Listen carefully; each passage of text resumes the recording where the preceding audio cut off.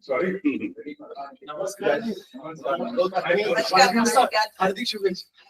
Shubhecha, I thought I would make one case here. Yes.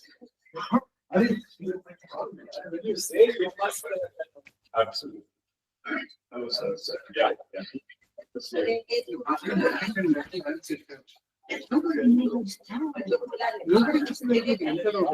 Sir, please start. Yeah.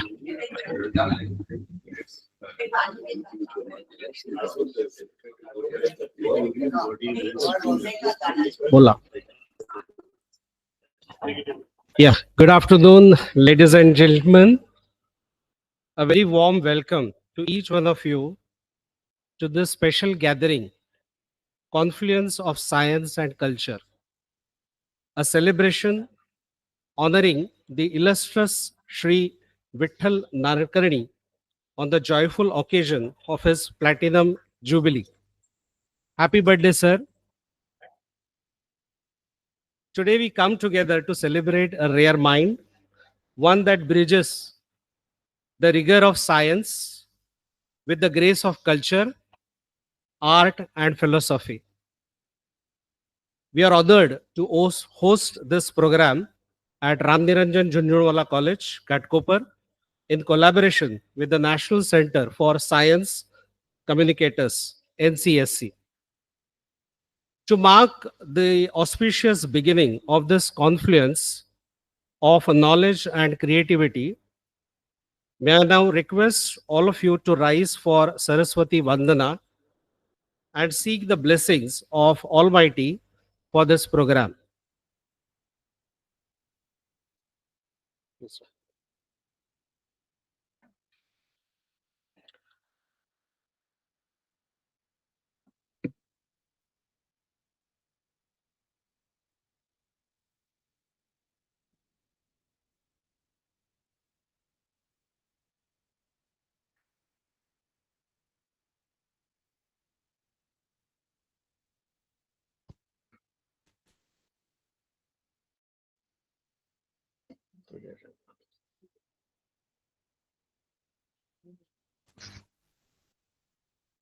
The traditional lighting of the lamp, which is a symbol of enlightenment, learning, and wisdom.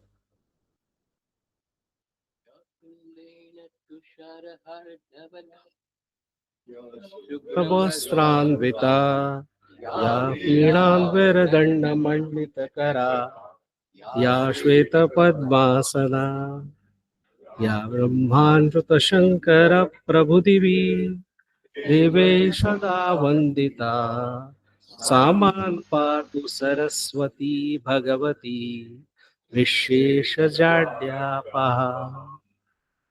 Dhanyavad. Thank you so much, all the dignitaries. As the lamp is already lit, may it illuminate our minds with wisdom and our hearts with warmth. To formally open this event, now may I invite Dr. Himanshu Davda, Principal, Ramniranjan Jhunjhunwala College, to deliver the welcome address on behalf of the host institute.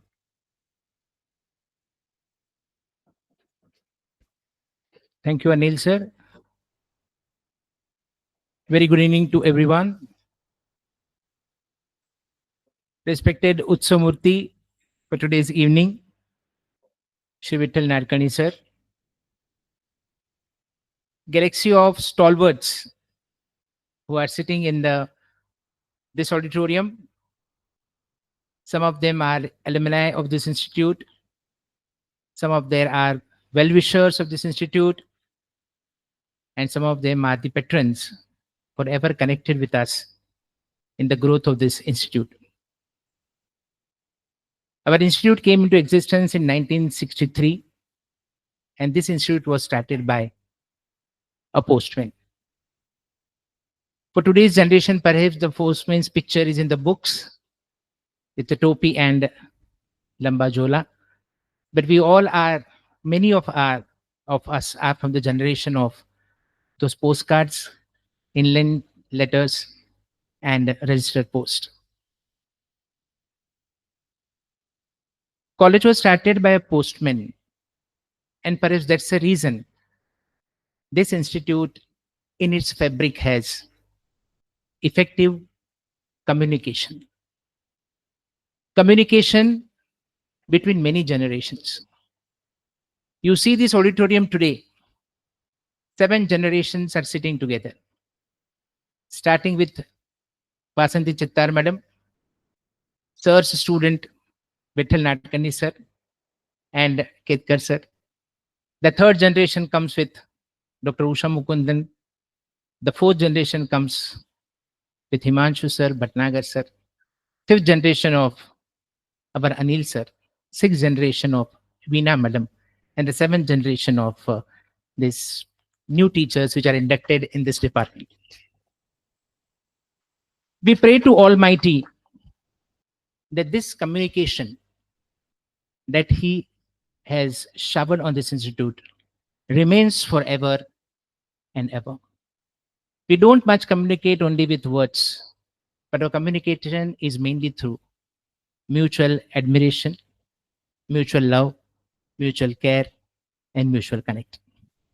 We are very thankful to the Center for Science Communication for giving this opportunity to us to have this mehfil on this campus of Junjunwala College. Sir, we are very thankful to you for the same, and all those who have come here to participate in this event and add to our chronicles one more beautiful function, a unique type of function, where our old alumni who is completing 75 years of his life is here among his teachers, his friends, and the new generation students.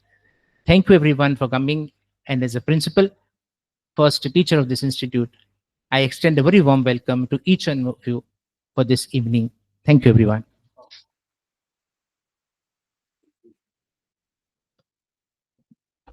Thank you, sir.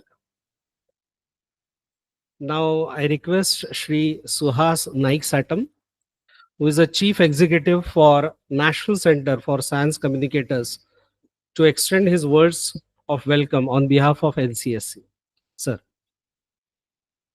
As the flight is delayed by 40 minutes, may I request the former chairman to welcome formally.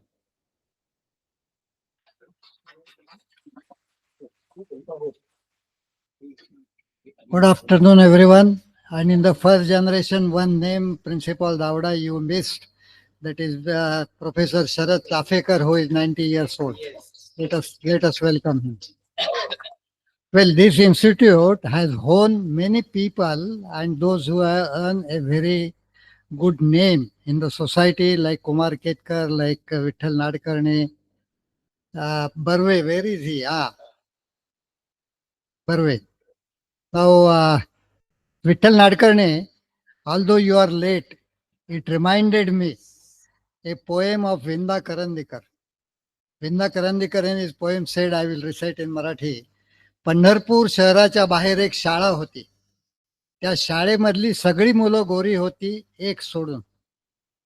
तो मुलगा फार दांडगाई करायचा, कशाची उत्तरं द्यायचा नाही, पण मी कधी त्याला शिक्षा केली नाही. न जाणो तो विठ्ठल असेल.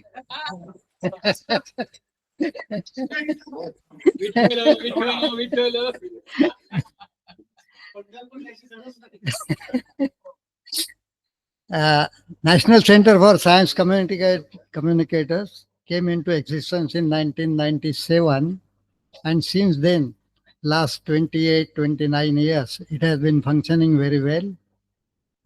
Recently, Mr. Suhas Naik has taken over, and then every week there is some function. Every week, either a book publication or a discussion or seminar or something of that sort. So it has gained a very good speed, and then he is always on the find of some subject for doing some function. And today, Vittal, you are netted into it. Now, this Junjunwala College, Kumar Ketkar's name he saw in the register, that really was he in this college. And had he been, whether it is on the record. So that reminded me a story that when Shashikumar Chitre, very famous astrophysicist, he said once that his father and Mahatma Gandhi were the schoolmates at Rajkot Municipal School. So Shashi Kumar Chitre went to Rajkot to that school and he requested the principal to show me the roll call of that particular year. So he made it available and showed him that in the alphabetical manner, in C, Chitre was there, and in G, Mahatma Gandhi, his name was really there. Now, actually, his thirst was over that time, but then unnecessarily he saw on the right side of that same master, and he found that both of them have failed in mathematics.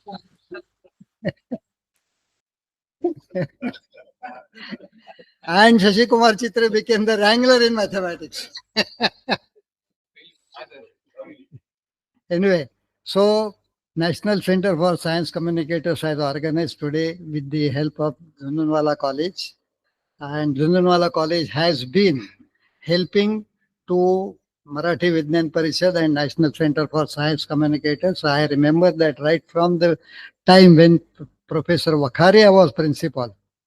Then so many people, Professor Ram was there, and in this college, I think around this place only now it has changed everything. But then Professor Mahajani of chemistry, who was the nephew of Wrangler Mahajani, and then Sudha Doshi was teaching Marathi over here. So it reminds me the old story right from 1972 with Jhunjhunwala College. So without taking much of your time, I welcome on behalf of National Center for Science Communicators and Vittal Nadkarni. All the best for you. And then your real time has begun now.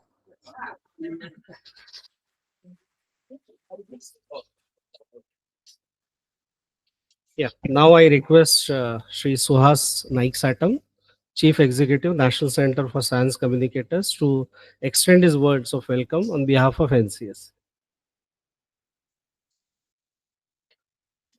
I think good afternoon, everybody. Are you with me? Okay, thank you. I don't know where to begin this particular function. In fact, Winter, thank you so much. Whichever you are, Panduranga. Friends, I don't know whether you realize today, this program has been planned 13.8 billion years ago. Then the universe came into existence. And thanks to you, you came into the universe 76 years back. Okay? So that's the reason we are here. Friends, if our science and technology has to run, very well, the film industry run on the principle of entertainment, entertainment, and entertainment. Are you agree with me? And if the science and technology industry has to run, which is the principle come to your rescue?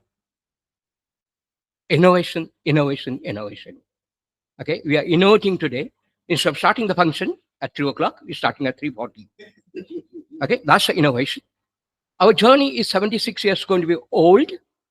Our destination, we expected to arrive at the destination at 6 o'clock. We see to it that gears are all well. Then we try to reach the destination of 75 plus 1 in separated time. Okay, and be with us kind of thing. There's going to be turbulence. Anything happen because we are going to be in air. Okay, and well, it's a confluence kind of thing. In fact, like confluence, then there has to be some kind of, like somebody has to be like somebody required to be blamed. And today we have no choice to blame only one person. You don't require. You don't require in fact like it's AI Air India. Okay, tighten yourself and get up. Okay, friends, I just supposed to welcome you. My job was done very easily by Mr. A.P. Deshpande of the National Center for, former chairman of the National Center for Science Communicator. Friends, I just wanted to give you the, why the hell we are here. Okay, everybody knows why we are here, and he made us remember. Yes, we are here because of you only. Friends, good afternoon, everybody. Okay, it gives me immense pleasure to welcome you all on this special occasion, a confluence of science and culture, organized to honor Vittal C. Nadkarni on a joyful occasion of Platinum Jubilee. And Yes, Azhadi ka Amrut Mahotsav. We celebrated it in fact. I don't know whether you remember yourself, you are a warrior. Are you? Did you fought any war? Yes, you fought a war, Korea war, COVID war. What was that? Didn't you emerge yourself as the warrior? That's the reason you are here in fact. Like the idea of this program was born in a single but profound realization that the science and culture are not two separate pursuits. They are, in fact, complementary expression of the same human curiosity and the creativity. Both seek to understand the world, one through the reason, another through the reflection. When at the National Center for Science, communicators began to discuss how to best to celebrate Vithal's Narkarni's remarkable journey, the theme naturally emerged. His writing and his life itself stand at the bridge between these two realms. Though his insightful columns and thoughtful reflections have been shown us that the science can speak the language of poetry, culture illuminates the pathway of knowledge. Thus, the event is not only felicitation, it's a celebration of an idea that Sri Nadkarni has championed for decades, that the spirit of inquiry and the spirit of imagination must go hand in hand. We are deeply grateful to the partners, Ram Niranjan Junjunola College, and the only one person, madam, you are the one person, okay, bringing all the people together, okay, and the stalwart sitting in the first row, and the people there in the last row, sit with that you sometimes come and occupy this row, in fact. That's your kind of commitment to be on this occasion. In fact, like listening to sometimes Vittal, he says, in fact, I eat Nobel laureate and so many people for the breakfast. Okay, I'm a seafood eater. Okay, I don't venture into it. Whatever I see, I eat. Okay, better. I had it sometimes. As you are dealt with the illuminaries like Nobel laureate, Padma Bhushan, Padma Vibhushan, Bharat Ratna. I also sometimes does the same thing, but yours is different ways. Okay, and friends, today nothing but the celebrations. Okay, Chaitra Vithala. Thank you. Thank you, sir, for your insightful welcome and also reminding us the NCSC's continued role in bringing science closer to the society. Now we move on to the heart of today's program, the presentations on confluence of science and culture. We are privileged to have with us the eminent personalities who doesn't require any formal introduction. You just Google them and they are there, who themselves have embodied their fusion in their work and thought. Uh, Ladies and gentlemen, please put your hands together to welcome Shri Kumar Ketkar, veteran journalist and former member of Rajya Sabha. I request Usha ma'am to welcome sir with a fruit basket.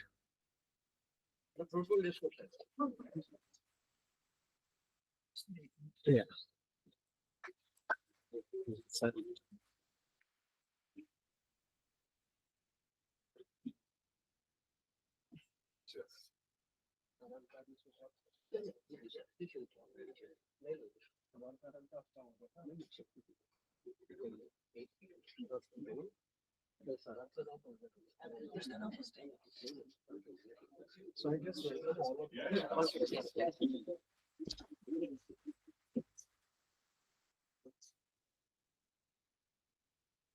Uh, yeah, ma'am. Sure. Please. Yes. Yes. Yes, ma'am.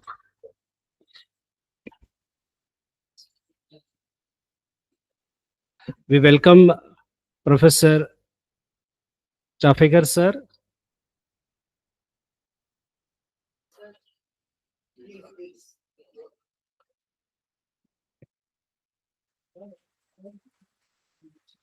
A noted ecologist, former head of the department, Pune University.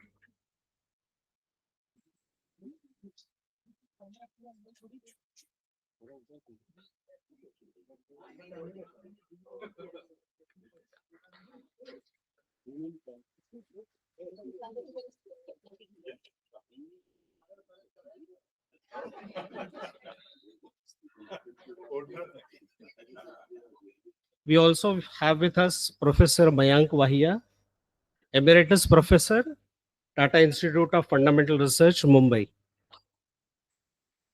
Welcome, sir.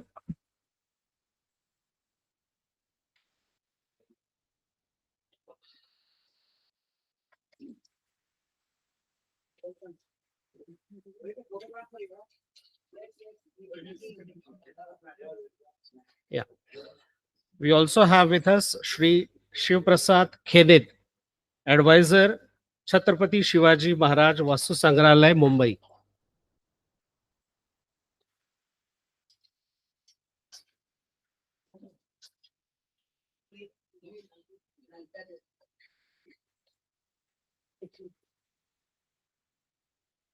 And also presenting our own Dr. Usha Mukundan, Director. Yeah, yeah, speaker, sir. Now, sir, I welcome you for giving your insights.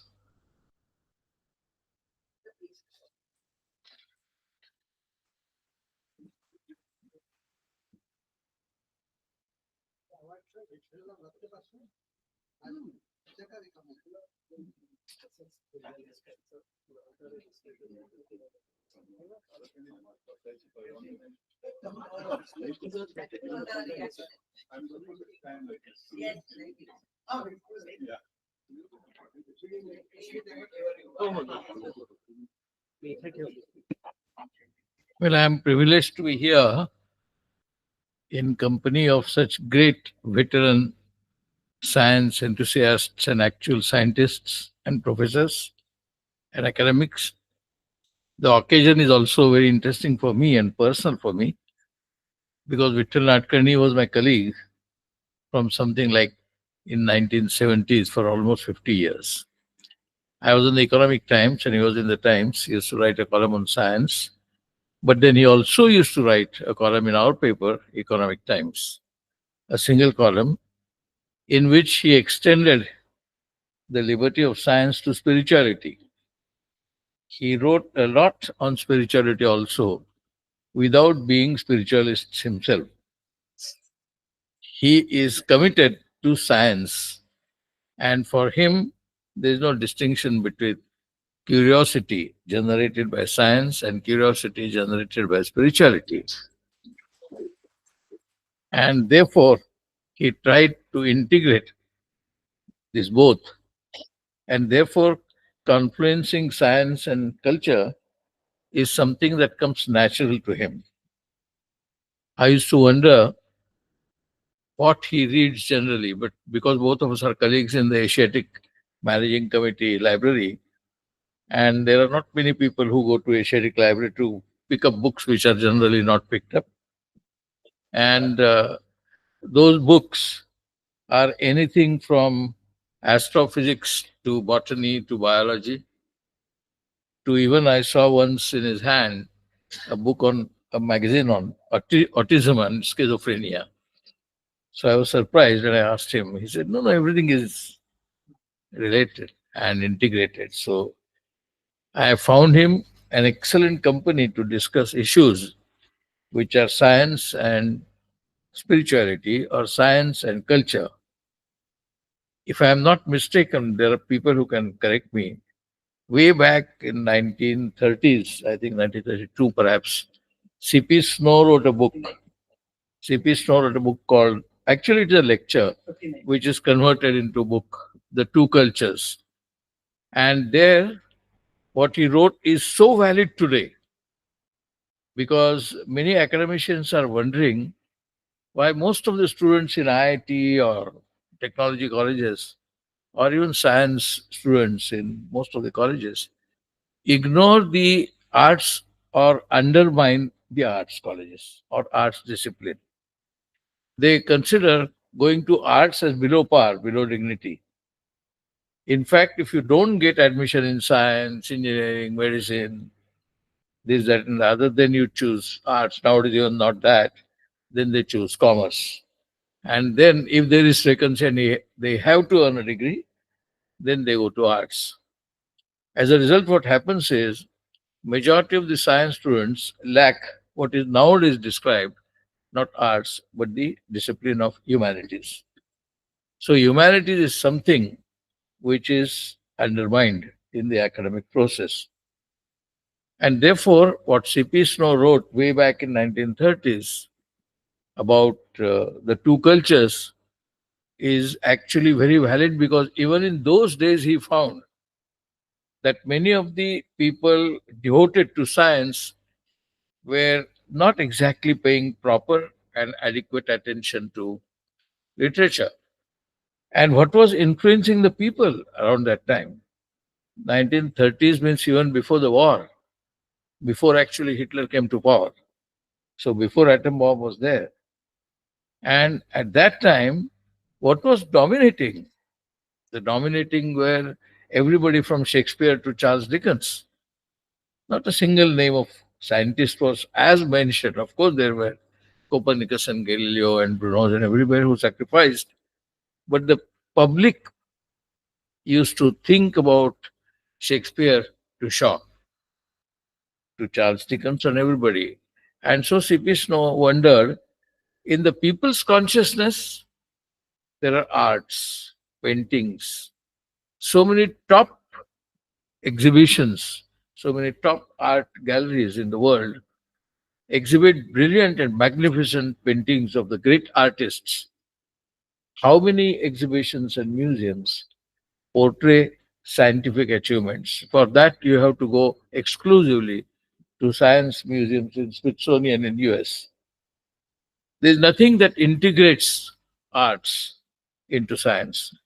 So the two cultures, when he wrote, I think was right exactly on the correct track to educate people on integrating cultures and science. So the conferencing required there, and to a certain extent, conferencing in science and culture, science and literature, the two cultures that C.P. Snow talked about, has worked great things for Europe and America, and also to China and Japan. Unfortunately, we missed that bus. I remember seeing Homi Bhabha not only working on atomic research, he was a great painter. And I have seen exhibition of his paintings in the BARC itself. And I think you are in TIFR, there are paintings of Bhabha. In fact, without Bhabha, we cannot think of today's India. We cannot think of today's India without Mahatma Gandhi and Pandit Jawaharlal Nehru. And Jawaharlal Nehru brought Bhabha up front in India's culture and science. If he did not die, perhaps he was killed in the air crash. Bhabha would have been a great, great man. I'm told he would have been something like 120 or something. But Bhabha integrated in his personality the two cultures, the science and arts. So I'm very happy that you are devoting this felicitation ceremony in honor of Victor by having this conference, which confluence actually India does have in Bhabha. Another person I remember distinctly is J. Krishnamurti, who had great communication with the scientists and the literatures. He has many conversations with Bohm, and he has many conversations with Aldous Huxley, who was science as well as arts. So there is actually a legacy and a tradition in which we find confluence of arts and culture, science and culture, humanities and technologies. But today we are living in a world where technology has become so dominant that we cannot survive without AI, or AI cannot survive without us. That we forget that AI cannot survive without us. Harari recently said I wonder who is more dependent on whom. AI is dependent on us, or we are dependent on AI. I think that problem or that dilemma will be resolved hopefully. Otherwise, we are heading for a future which the famous scientist who is nominated for Nobel but not given Nobel is Martin Rees, who wrote the book titled Our Final Hour. Our Final HOUR Hour. The same book is titled in America as Our Final Century. And he thinks that this century will finish the human civilization, like it will be the sixth extinction of species. There will be nothing like 2099 because our species will be over. Our Earth, as it we see, our planet as we see today, will be over. Those signs are there with the nuclear weapons still going around, floating around, threatening our existence. If nuclear weapons don't do that job, then climate change will do that job. And if climate change does not do that job, Martin feels the mindless science and mindless technology, including AI, will do that job. So we are actually governed by the forces which are threatening us, and not only threatening us, threatening the survival of the planet. So we are living in that kind of threatened universe as of today. Therefore, this subject is extremely important, and the person whom we are felicitating is also the right person to felicitate, not only for his birthday or birth year or one more year that he is now, but also because it is being held at a time, at a crucial time of history of the mankind. Thank you very much.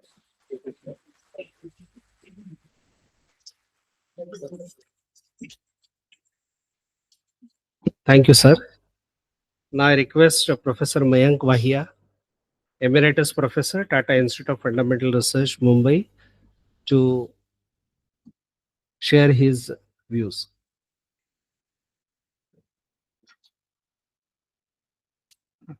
Well, screen.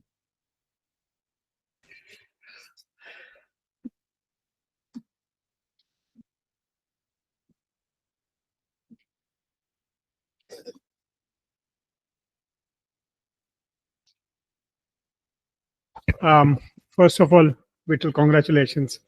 It's a great pleasure to be here and a privilege to be here.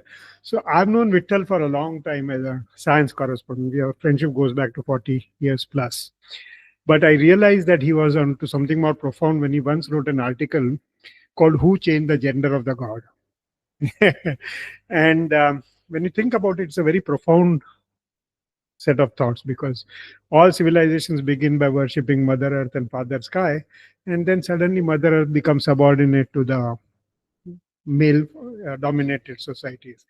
And so that's when I realized that Vittal should be read not only for his science, but also for his work on beyond science. You remember that article? Yes. So today, when we, as a previous speaker so beautifully put it, we need to worry about science and science communication like never before.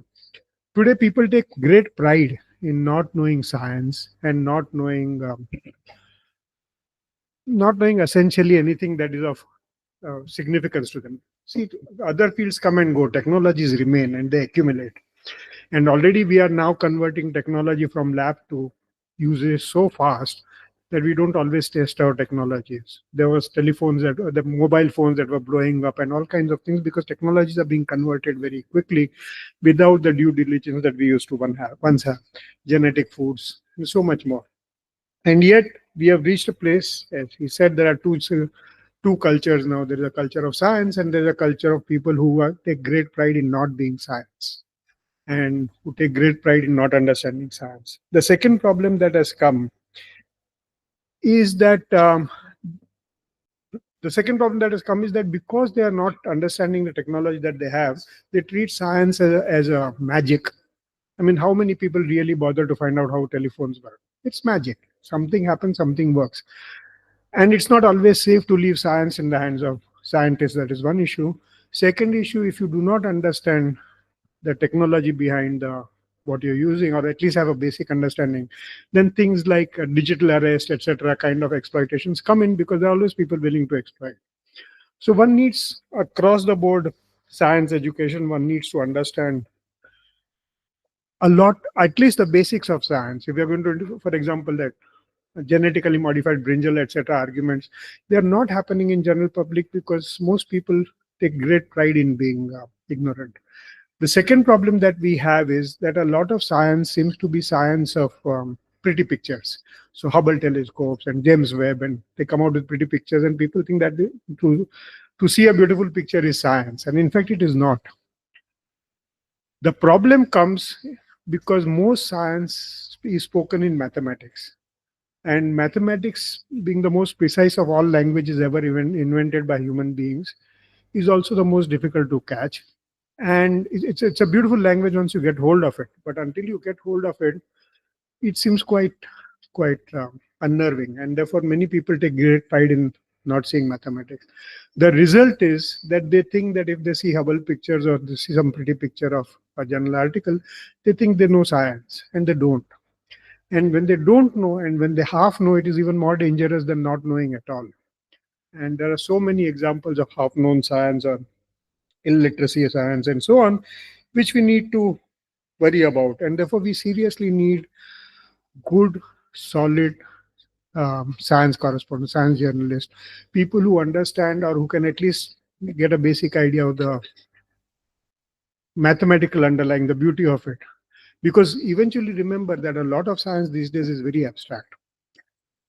We human beings are used to having our five senses. Eyes are the most common sense. So we think everything needs to be seen visually. We are now beginning to realize that nature is run more by mathematical equations than being able to produce a visually pretty picture. Quantum computing, for example, there is no visual picture you can give, and yet it obeys all the equations for which people have written down for quantum physics. So things are becoming more complicated. As Sir said, we are now in an age where technology is being treated casually as magic and being exploited by those who can't. And that has now brought us to a place where we should not have come at all. He pointed out greenhouse effect, global warming, atom bombs, a whole bunch of things are there which are extremely undesirable. And that is because scientists were never supervised. They just kept on creating what they were creating, and technology is converted into something useful because it made a lot of money. If in between nuclear reactors blew up, in between telephones blew up, in between all kinds of things happened, plus we are all vulnerable to a level of crime which was unheard of a generation ago, things are not going good. And the problem is that scientists are hiding in their silos, just simply claiming innocence, that they're only creating technologies. And the technology people are simply saying that we are using what we have. Somewhere along the line, the monitoring has gone completely. So the reason why we need science correspondents like Vittal is that we need to be able to, as a society, understand what is happening, where we are going. I mean, we have a United States president, the most powerful country in the world, simply going to UN and saying that greenhouse is, I mean, global warming is a hoax, is the biggest hoax created on money. We really need to worry where we are going. We really need to worry how we are going.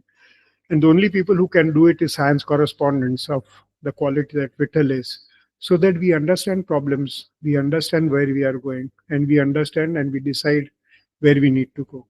So Vittal, thank you very much for having been a great science journalist, and we hope that there will be others who will follow it. Thank you very much. Thank you, sir.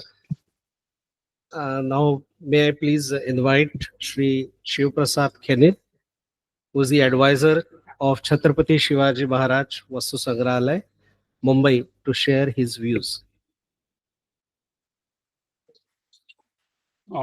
Thank you. Distinguished dignitaries, Dr. Himanshu Dwadeji, the principal of the college, Suhas, my friend, General Secretary and Chief Executive of the NCSC, AP Deshpande sir. Can you hear me? Kumar Ketkar sir, Usha Mukundanji, Professor Wahia Saab, Dr. Barve, of course, Utsav Murthy, my good friend Vittal. Thank you for this wonderful opportunity. I'll slightly take on a different course because he introduced me as an advisor of the Chhatrapati Shivaji Maharaj Vastu Sangrahalaya, which again is a arts and art, culture, and archaeology museum. But this again is a dichotomy. I have worked all my life, 35 years with the science center. But in the fag end of my career, having been the advisor, I've been introduced as uh, the advisor for the Chhatrapati Shivaji Maharaj, forgetting the science background. Now let me take on from where Sir left, talking about the Red Day lecture that C.P. Snow gave in 1959, sir. Subsequently, of course, it went on to become one of the topmost, the lecture which was published. And even today, those two cultures that he talked about exist. And I am a personal witness to that. And so distinguishedly, there is hardly any conversation between the practitioners of culture and the practitioners of science, each looking at other with some kind of a disbelief or contempt, if I'm allowed to use this term. There's one exception, of course, which is Vittal, who dabbles on both science and culture with each. The way fish takes to water, you're known to take to writing in science or writing in culture, art. And I have seen him attending the kind of lectures that happen at the Chhatrapati Shivaji Maharaj Vastu Sangrahalaya, with the same passion and interest that he used to attend the lectures at the Science Center. It's a very rare amalgamation of interest in science and interest in culture. In my understanding, for example, let's go back to, when introducing that, I think the principal or one of you said that the founder, Ram Niranjanji, was a postmaster. But then you see, he's a postman. See how the post also has evolved. Science basically influences, brings in the postal code, for example. I'm not sure when he started this college, whether there was a pin code was there or not. So the moment you have the pin code, there is an adaptability of the society. Culturally, they adopt to science. But do the scientists adopt to the humanization of the science? I'm afraid not. I think we should introspect this. There is a sense, and you also rightly pointed out, sir, when students enter IIT, they look at those who have not taken science or those who have not entered IIT with some kind of a disdain and contempt. They are lesser intellectuals. This is an arrogance that, I'm considering myself as a science communicator. We have this arrogance in abundance. The fact of the matter is, if you really look at it from the other side, you will really understand what the others think about us. It's very important that culture humanizes art, science. It's absolutely essential in the current world where you're talking about, you talked about the genetically modified foods or the climate change, or name it, artificial intelligence, for example. And you have this CRISPR-Cas kind of a thing where you can actually simulate, you can actually make a human being.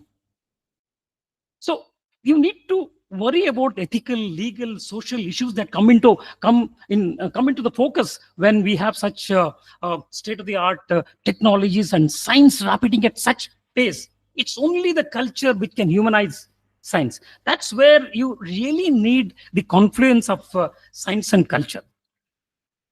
There's a paradox here. I work with the Science Center, the Nehru Science Center here. Nehru Science Center, incidentally, I think it was there yesterday or today's paper.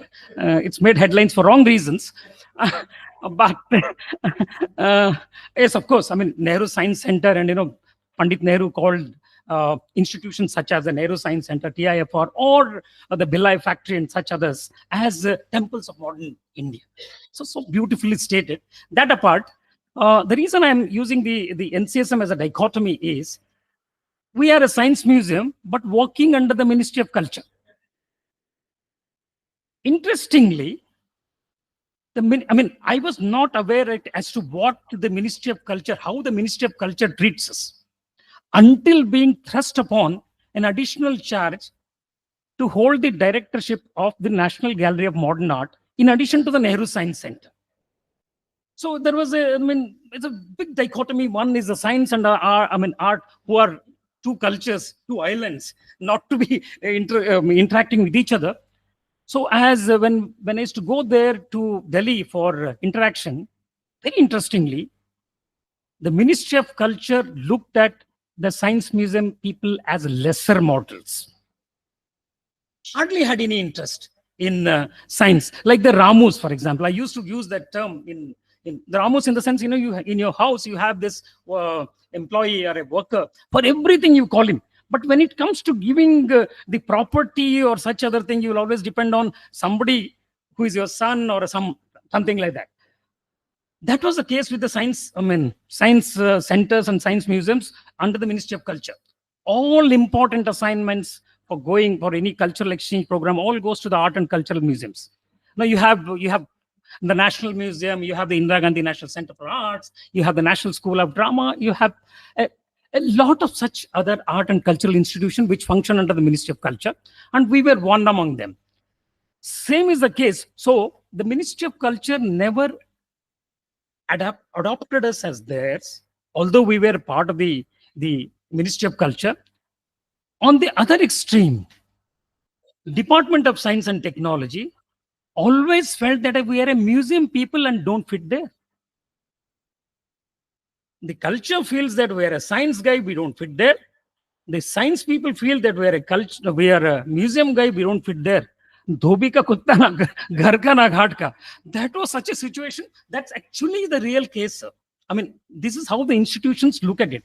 Another thing, with due respect to Vaya, sir, there is a tendency for some of us, the science communicators included, to mix the cultural practices with with looking at it from the scientific point of view. That, I think, in a way will be doing disservice. For example, if Javed Akhtar and maybe most of the Bollywood films, no, if you see those songs, there is so much of praise on the beauty of the moon, Chaudhvi Ka Chand, and there are hundreds of such songs. But if you look at it from the scientific point of view, with that exacting standards of science, is it really beautiful? So we are doing disservice. He has got his own ways to express his thoughts as the science people have. So there has to be the reason I'm using this term is, I know for sure that all of us have read in the papers that maybe one chairman of the ISRO has maybe to follow the cultural practices or the cultural the rituals or things like that. He goes to maybe a temple or maybe breaks one coconut. But do we call him an obscurantist? We're doing great disservice. I'm sure he has done all those simulations and mathematical modeling for the rocket to take off. Can he not have that and be a part of the cultural tradition that he is used to? Historically speaking, India has always, there is a fusion. The confluence really existed between science and culture. But over the years, what happened is, right from maybe the Turkish who came into India maybe in 7th or 8th century onwards, right up to the Britishers who actually put the final nail, calling us as a land of beggars and snake charmers, and infusing that fear and the inferiority and all those things to condemn the rationality, even in the thoughts of religion, as something obscurantism. So what happens is you subconsciously believe in something which is unknown. You start becoming superstitious. But the fact of the matter is, the same Britishers who actually called us this in the year 2017, which happened to be the 70 years of independence, organized an exhibition in the London Science Museum, which incidentally I was the national nodal officer from India. The title of the exhibition was Illuminating India, 5,000 Years of Science and Innovation. See the paradox. The guys who called us, Lord Macaulay and others, that the knowledge from India and the Arab countries can be put in one one almirah of books. That's it. Nothing else. The same country, the same people, recognizing that it was an illuminating India. We had 5,000 years of science and innovation. To give you one example, one of the objects on the display, there are several of them, was the Baksali manuscript, which is the first evidence of the zero as a number being shown. It was in the collection of Oxford, and for the first time they brought it up and put it, because it's very, very fragile manuscript, it was put on display. Since it was being displayed in the exhibition, there was some kind of request from the London Science Museum to the Oxford, can we date this? Although it is very fragile. They dated it. Even in the gallery that you see in the Nehru Science Center, it's called our technology heritage, we have used the term zero. Perhaps the first evidence of the zero came in about 7th century from the Baksali manuscript. But when they did the dating, lo and behold, the dating was 3rd to 5th century, which predates Aryabhatta. Now, irony is, although zero was used around that time, 7th century, even if you conservatively look at it, and plus, of course, Aryabhatta using it, but then in Europe, although the zero went from the decimal place value, went from India to through the Arab to the Western world. In Italy, for example, the whole of the tradesmen, the people who are doing trade, had to force the government that we please allow us to use the decimal, the Arab numeral. They used to call it as Arab numerals. They were not ready to use. It was courtesy Leonardo Fibonacci who convinced the rulers that please allow them to use it. They did, because there was a pressure.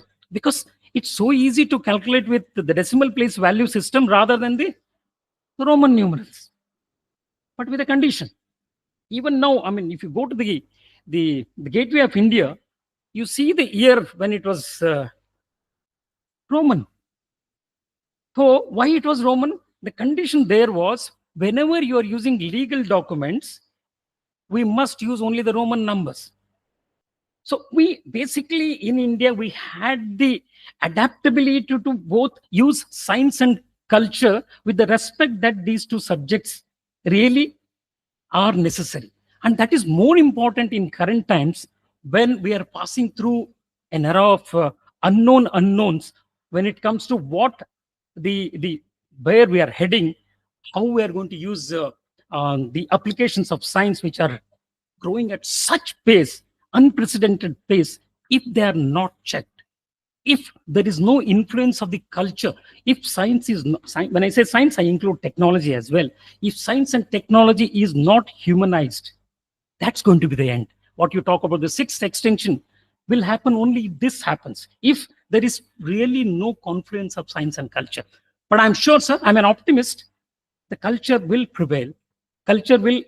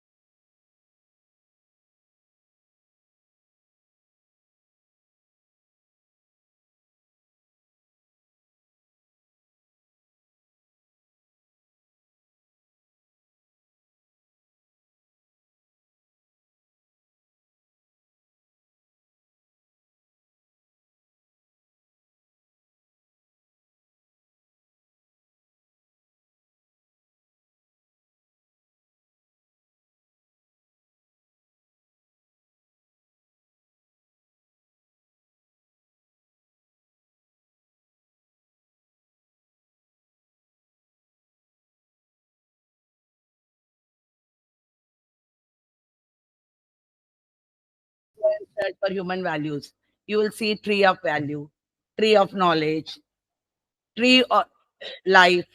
So everything is a tree. But when it comes to the subject, they'll say, oh, botany is nice. But then kya karoge botany leke? Well, if you have no plants, I think you cannot survive. But here I'm not giving a talk on career opportunities and botany. I'm going to talk about how, as a botanist, I look at the amalgamation. I look at how both can be brought together and how I think this topic itself, like science, a confluence of science and culture, somewhat little confusing. Because if you are not able to write, if you're not able to describe anything in a picturesque form, if you're not able to depict it in an artistic manner, I don't think there will be any science. So, whatever science we learn is not only by observing or by doing or by discussion or by analyzing the results. It has to be communicated. And for that communication, you need some type of communication portal. It can be any language because language is a very important mode of communication. So I'm going to take a little time, even though Vittal has taken his own time to come here, but I'll take little 5 minutes more. See, teachers can take the privilege of ragging their students, even though ragging is not allowed. Okay. Yeah. So in culture, today is a day of celebrations. आज के दिन विठल के नाम. So शाम ने दिन, क्योंकि हमारे पास शाम नहीं रहती, 6:45 को लेक्चर शुरू होता है. So I'm going to take you on a very nice journey of our festivals. And I think festivals are one, and this is a month of full of festivals. And when, as a teacher, I always think, whenever I see festival, I think about plants, I think about the flowers, and how I can communicate with my students through these. So I'm taking you, and every month I'm going to show you one festival. And when you enjoy that festival, think only about plants. So I start with Sankranti. So you'll say the transition from the zodiac sign. I read a little bit. So from Sagittarius till Capricorn. So Sankranti, Uttarayan, Moksha, whatever. But for me, it is still good because you have to always speak good. And that till good is Sesamum indicum, which provides you all the vitamin E. And it is our native. It's a festival of harvest, bountiful, sun god, eternal energy. You may think about sources of green energy, but nothing can be your solar energy. And the green plants only endowed with that capacity to trap that solar energy to give you that carbohydrate, which you need every single day.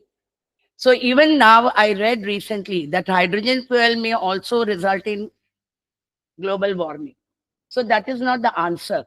The only answer is sun god.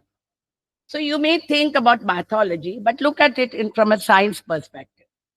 So photosynthesis is the capacity of the green plants. And then whether it is pongal, lentils and rice, but here I give you one important information. Rice is the only carbohydrate which has a unique amino acid that is lysine. And lysine is very important. Then you have jaggery. Anybody? Good chana or sesamum, feel good. So jaggery is again source of energy, rich with many minerals. Lori, again harvest festival. So you are celebrating agriculture, which is India. India is an agricultural country. Quickly, क्योंकि 12 महीने हैं, चलिए चलते हैं. February, Shivratri, बेलपत्र. I may say 3 eyes. Shiva has the third eye. But I look at it as eagle marvelous. I look at it as a component of Dashamula. I look at it as an answer for all my stomach ailments, the juice from the eagle. And then Dhatura being or as a offering, but I look at Dhatura as a source of alkaloid, tropane alkaloids, which give way to many curing agents for cancer. So you may start with a molecule which is natural, but then you go for scientific method or you go for synthesis and then you heal many people. But then there are many answers which are there in nature. Only you have to look around. Holi brings peace, communal harmony, togetherness. It is a festival of flowers. But see, nature provides you with the color. March or February, you have full of palash. You call it Butia monosperma. Go and look at the ingredients which are present, the flavonoids, a natural colorant which nature has provided you in abundance. All you need is look around, look at what nature has given us. March, Gudi Padwa, you start your day with what? Neem ka chutney, very important. And then jaggery. So life is both bitter and sweet. Let us not blame Almighty for good things which are not happening to us. Let us take it as Gudi Padwa gift, where you have to realize that you have both bitter and sweetness in life. It cannot be just only sweetness. Then April, Vishu, golden shower, Indian laburnum. And this is worshipped because it also indicates that the rain gods will come in time. It is an indicator for the climate. And if you look around nowadays, this plant has started flowering much earlier. But one small information which I would like to share with all of you, when you eat a lot of things, you also need to cleanse your bowl. And the seeds of this plant, the fruits are eaten by monkeys. So you can also learn from the animals what they are eating when they are not well. So that is zoo pharmacology.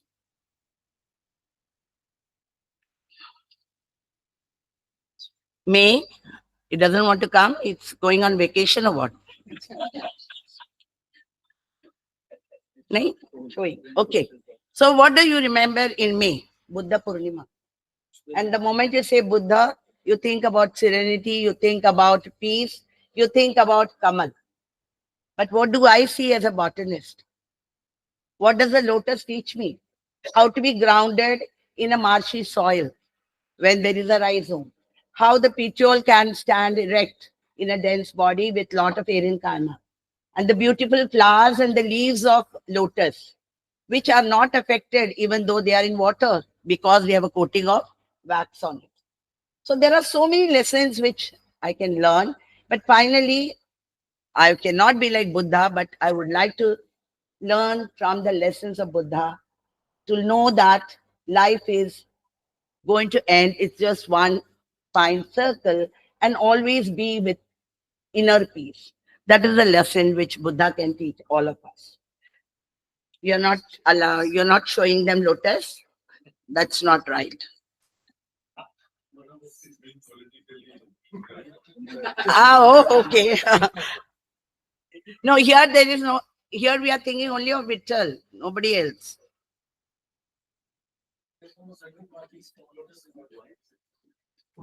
I am only botanist. Nothing else. Everywhere I see plants and I see what those plants do for good for us. Then, okay, June, what do you have? Vata Purnima, Ashad Ekadashi. What do I learn? The Vata Vriksha. It's an ecosystem by itself. You put the thread around. The moment you think about worship, you are scared. So you're not going to cut the tree. So what best way of conserving any tree is to start worshipping the tree.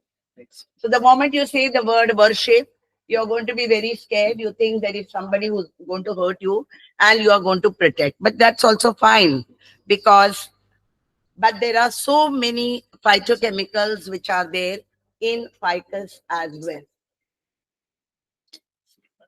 Share करना बंद करो ऐसे sir बोल रहे technology.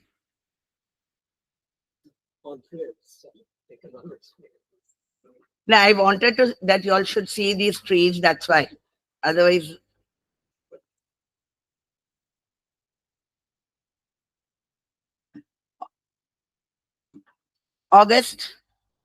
अगस्त क्या आता है? जुलाई. जुलाई में बोल दिया ना वट पूर्णिमा और ये आषाढ़ एकादशी. इसका मतलब आप मंथ भी भूल गए मुझे देख देख के. इमेजेस के कारण.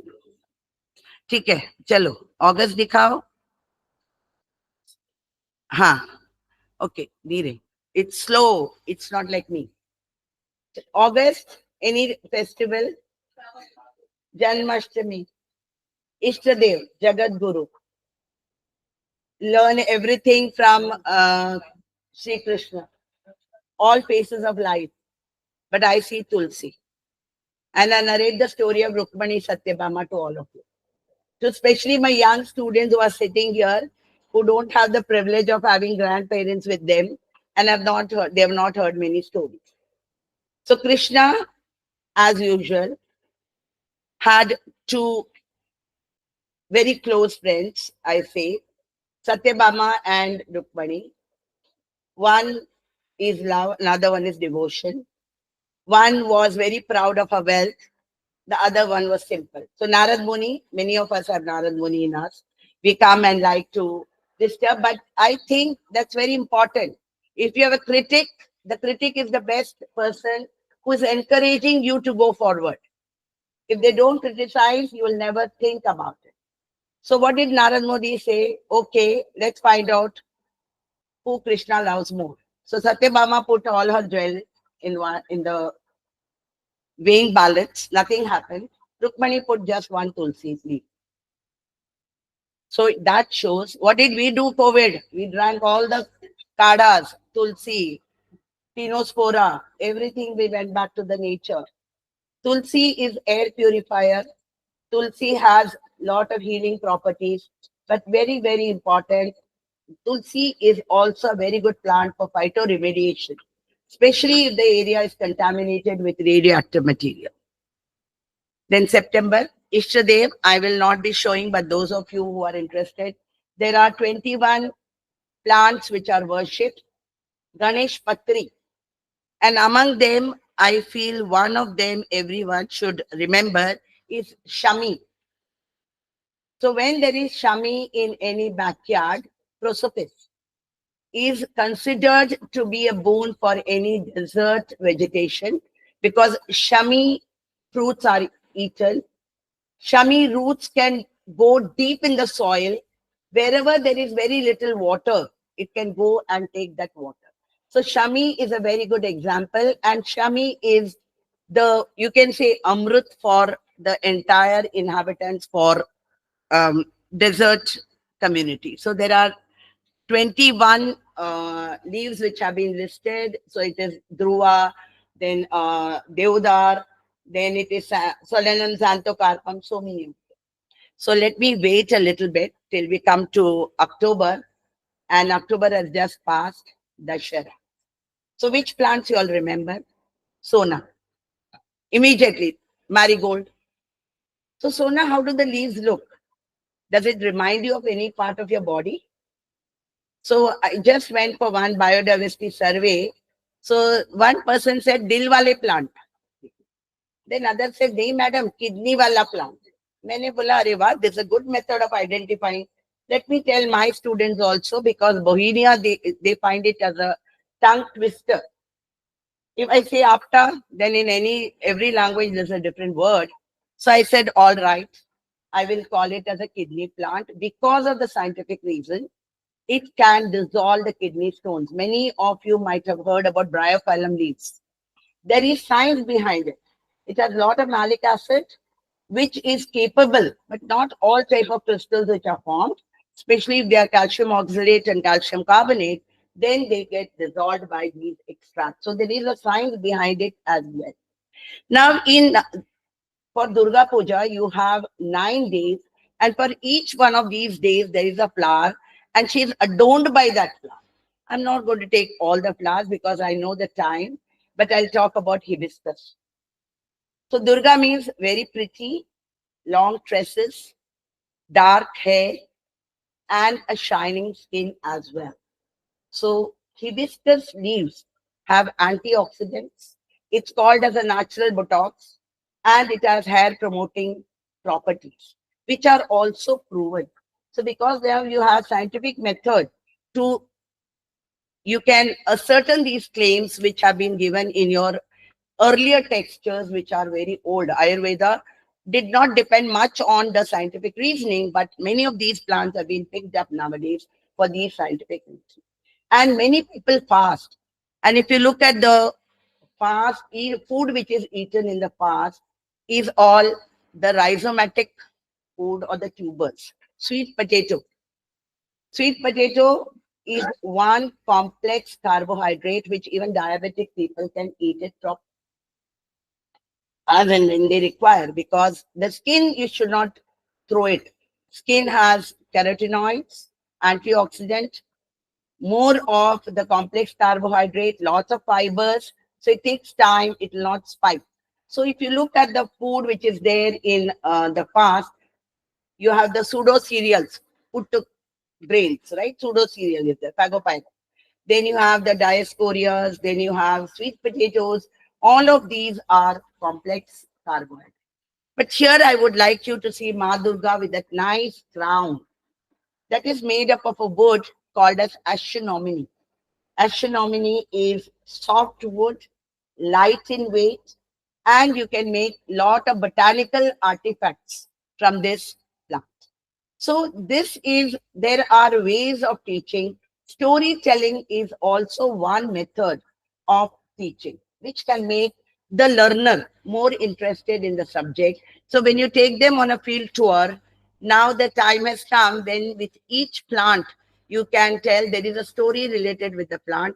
There's a scientific reasoning for that.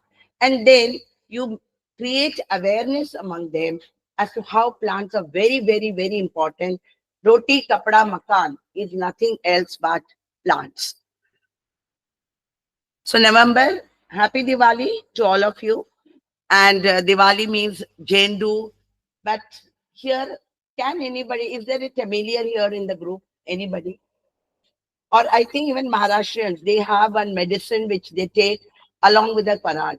In Tamil, it is called lehiam. Lehiam is a concoction or it is a medicine. It is nothing else but a mixture of all the spices and the carminatives which will help in digestion. So if you look at the composition of that lehiam, and it's very tasty, Janki madam would agree with me because her mother makes very good lehiam. Yes. And in the morning, the first thing you have to eat is the lehiam. It has ajwain, jeera, black pepper, lindi pimpli, licorice, all mixed in till oil, little bit of clarified butter, that is ghee, and it has to be cooked well, and that is what you have to take to aid digestion. Now we come to the end of the year, but end is also beginning. So Christmas means poinsettias, Christmas means celebration, and I want this to be shown, okay? Christmas means the Christmas tree, Araucaria, Mesozoic era, still surviving. So these gymnosperms have been there, seen all the climate changes. The shape is such that snow cannot remain on the leaves. So survival value. The reindeers, what do they eat? Any? I think there are some botany people here. Lichens. And lichens are nothing else but your first step in succession. So when you say a seer or a succession, it is initiated by a lichen. So January you started with the Uttarayan. Life is nothing else but a full circle. The biogeochemical cycle. Whatever you have to give back to the earth. And let us all celebrate this celebration of our very dear student, Vittal Nadkarni, who has made the college very, very proud. Today we have Kumar Ketkar sir, who was our student.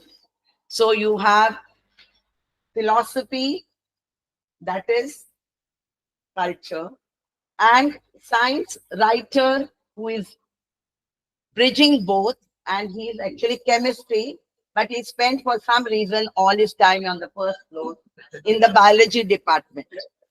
So thank you so much, and I would like to share a little bit more about Vittal. He has been a very, very good student, very intelligent student, and like certain said no, but no teacher will say no, because for teachers, all students are apple of their eye. And Vittal has been very unique. He's a good singer. Today he is great, so he won't sing. And No, but it has been a pleasure, and he has also come to our premises whenever there has been NAC visits. And all the peer team members used to be, oh, they were your students. They used to be very, very proud. So once again, all of you, I'm going in front of you all because you all are great people who have come here just uh, because of Vitchal Nadkarni. And Vitchal Nadkarni, I'm very sure it is Junjunwala College, which is the magnet which has pulled everyone here. And once again, thank you very much. And I have an open invitation. We don't charge. We are some people who are mad, and we would be very ready to take all of you on a field trip and narrate some very interesting stories. But don't leave because there is something. Just I think 1 minute. Yeah. For many years, I'm Stephen Fernandez, a dear friend of Mr. Vitchal. Nadkarni, who's 76 years young. I have been involved in an activity which I would call Confluence of Botany and Art. For many years, as I go for a walk below my building, largely in the RA forest of Goregaon, my native place in Goa, I collect a leaf, a twig, a flower, bark, and make artwork. Of course, I don't have a presentation. It's on my phone. So you can come again. I just want to say to you, when you spoke of botany and getting to know more, it touched my heart. Here you can see what I've done with leaves and flowers. We got. Yes, you are invited. So you are invited. So we have many live members. So you And one more thing, Yeah. I think children, school, Yes. college children, to Hari College says, just pick anything and create an artwork. And they make magic. So last possibly- conclusion. थोड़ा slow चल रहा है. Slow चल रहा है क्यों? Okay. So I don't have the last slide where you take. Chitta madam will want to Madam, say आगे. 1 minute. 1 minute देना. Ma'am, I'm invited by Secretary of Teachers. हाँ बोला मैं. जेव्हा विठ्ठल मुलुंडला राहायला आला तेव्हा मी सगळे म्हणाले की ग्रँड रोड साईडला राहायच्या ऐवजी मुलुंडला येऊन काय वेड्यासारखा राहिला. तर मला वाटतं मुलुंडला राहणारी वेडी लोक सगळ्यात छान आहे. आणि इफ यू से एव्हरीवेअर मुलुंडला तुम्हाला कुठलाही प्रकारचा झगडा दिसणार नाही.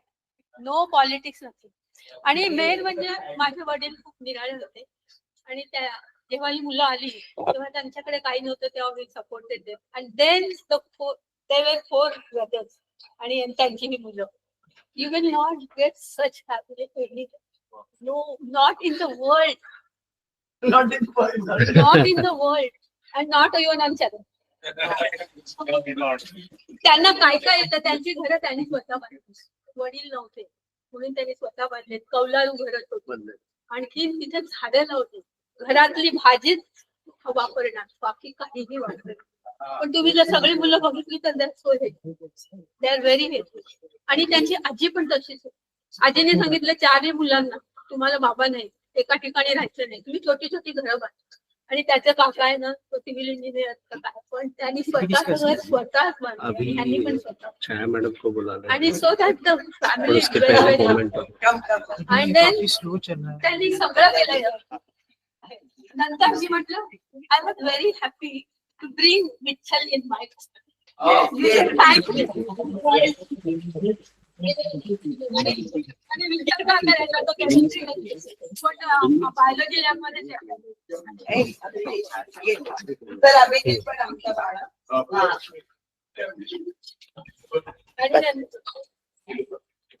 आणि त्यामुळे विठ्ठलला इकडे आणणे आणि त्याची जी पोझिशन आहे ती मला वाटते. Yes, madam. Yes. विठ्ठल म्हणजे टाइम्स ऑफ इंडिया एवढंच सगळ्यांना माहिती आहे. आणि त्यामुळे I am very very proud. तुम्हाला bike. Thank you, madam. Now, before we move on to the next segment, I would like to invite Mr. Suhas Naik Satam. On behalf of NCSC, they would like to present the memento to all the 4 speakers. So, I also invite all the 4 speakers to kindly come over Me- Yeah. I think first in the case, Kumar,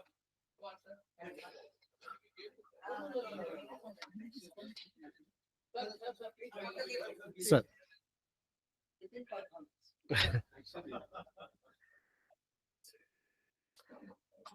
Yeah.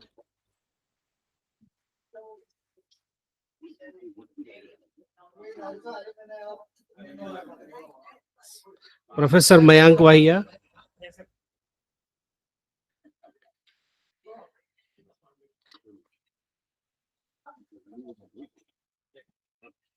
Yeah. Shri Shiprasad Khenit, sir. Are you the same person?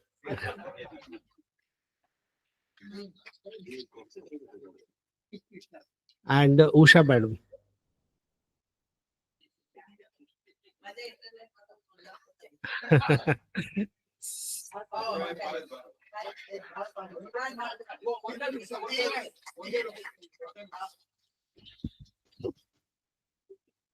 Yeah. So thank you to all our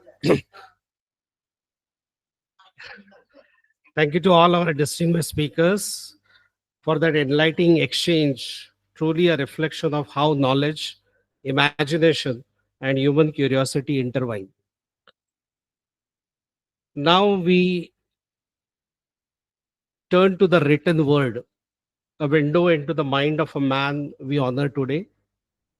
Please enjoy readings from the writings of Sri Vittal Nadkarni, reflections that continue to inspire curiosity and wonder. May I now invite Professor Chaya Pinge, Head Department of Statistics, Ram Niranjan Junjunwala College, to read out some of the writings of Mr. Nadkarni.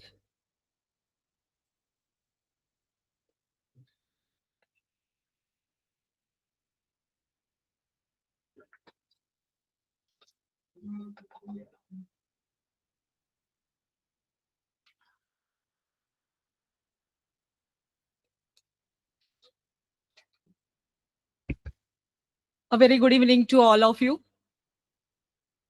I congratulate sir for today's day, and it gives me immense pleasure to present sir's a few pieces of writing. But before I start, I thank Nadkarni sir for giving me this opportunity to read out his words.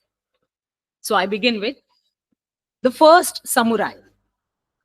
40 years ago, when Mr. Vittal Nadkarni got the Press Fellowship from the Alfred Friendly Press Foundation, along with his application, he had to submit a 250 words essay introducing himself. The foundation needed a short bio. However, instead of sending in his biometric details and roster of achievements, etc., Mr. Nadkarni had sent a story from his childhood involving a leopard skin instead. The punchline of the story was, here ends the first fragment of an autobiographical called A Leopard in the Attic. He learned later that it was this story that had compelled the board members led by Mr. Catherine Graham, the legendary owner of the Washington Post, to award an extra press fellowship to India. The press fellowship had already been granted to Miss Anita Katyal from the Delhi edition of the Times of India. She had been nominated earlier as a reserve candidate from among the previous year's candidates. Simply put, the moral of this story illustrates the power of the story. Here is the excerpt of that essay. In 1939, when my father had left home in Karnataka to come to Bombay to look for work, his friends gave him a leopard skin as a going away present. That leopard skin figures in some of my earliest memories. I remember how I used to insist on being fed while being sitting on this skin. This habit of mine greatly alarmed my grandmother, who look upon this portrait as my future as a sannyasi or beggar of alms. For Indian tradition, links animal skin sits as renunciate ascetics and mendicants. But my grandmother need not have to worry, because in my father's library, I also discovered pictures nude painted by Flemish master Sir Peter Paul Rubens and Goya's twin portraits of Maza, one fully clothed and the other mother naked.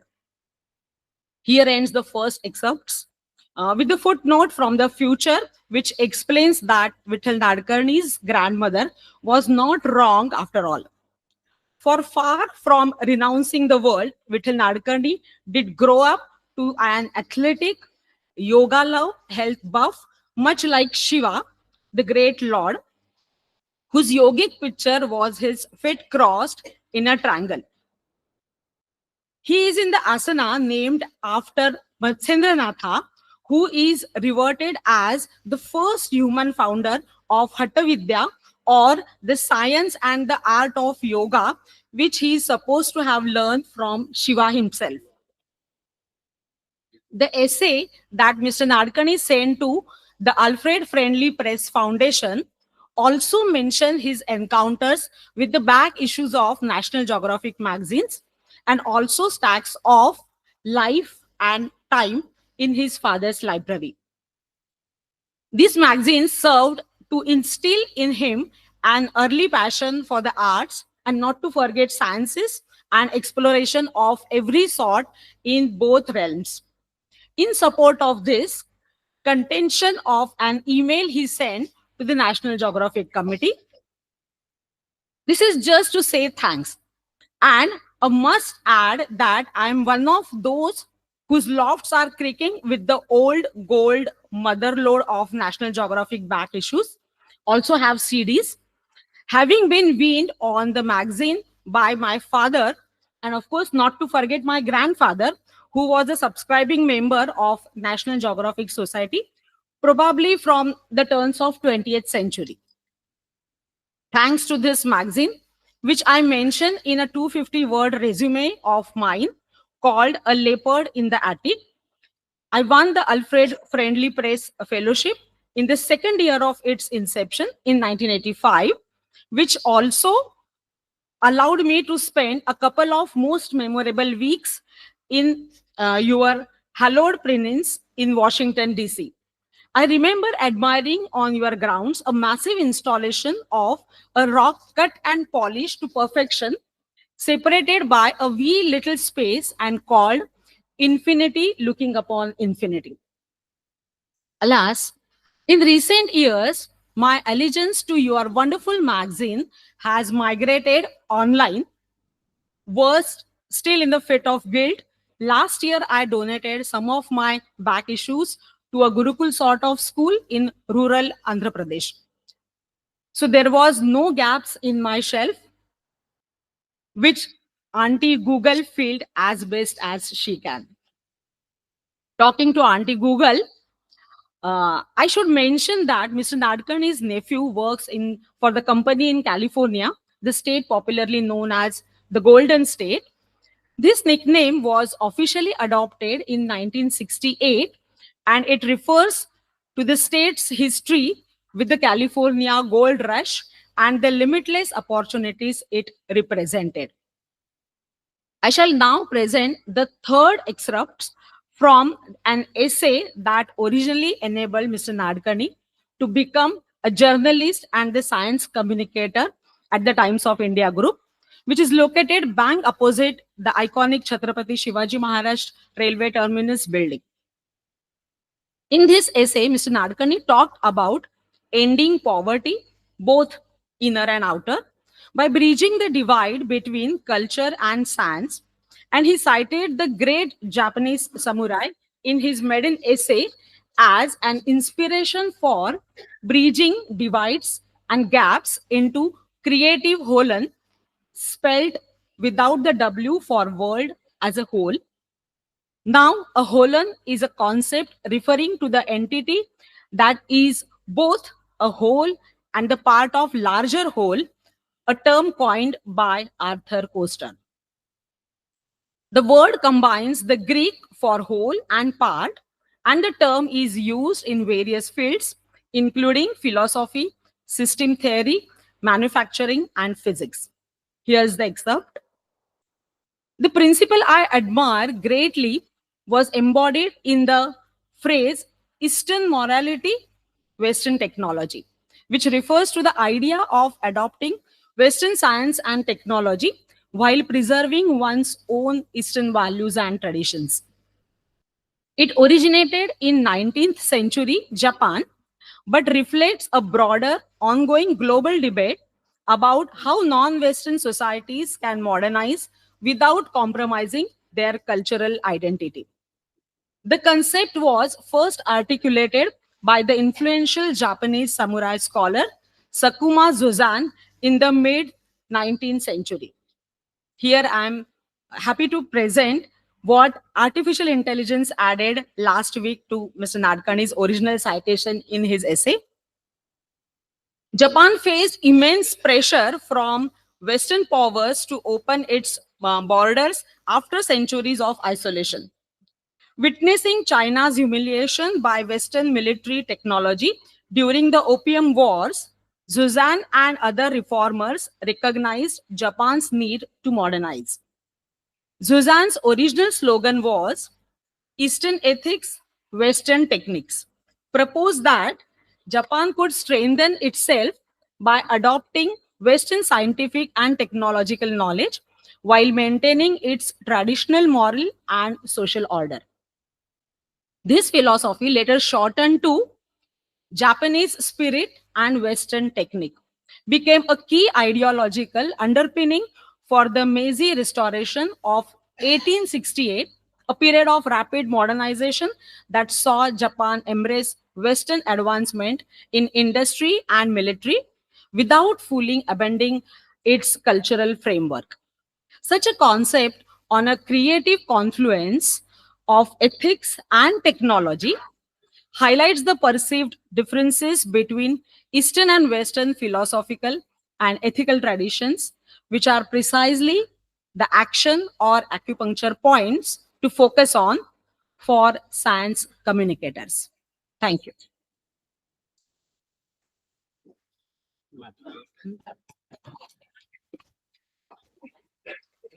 Yeah, ma'am. Would like to felicitate Chaya madam for those wonderful readings. The poetry within science.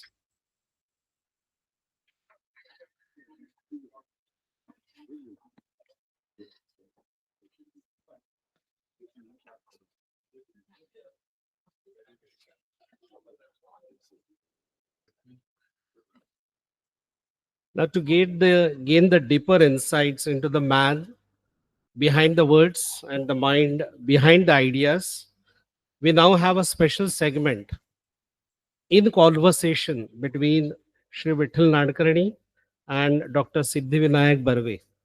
May I now request both of them on the dais?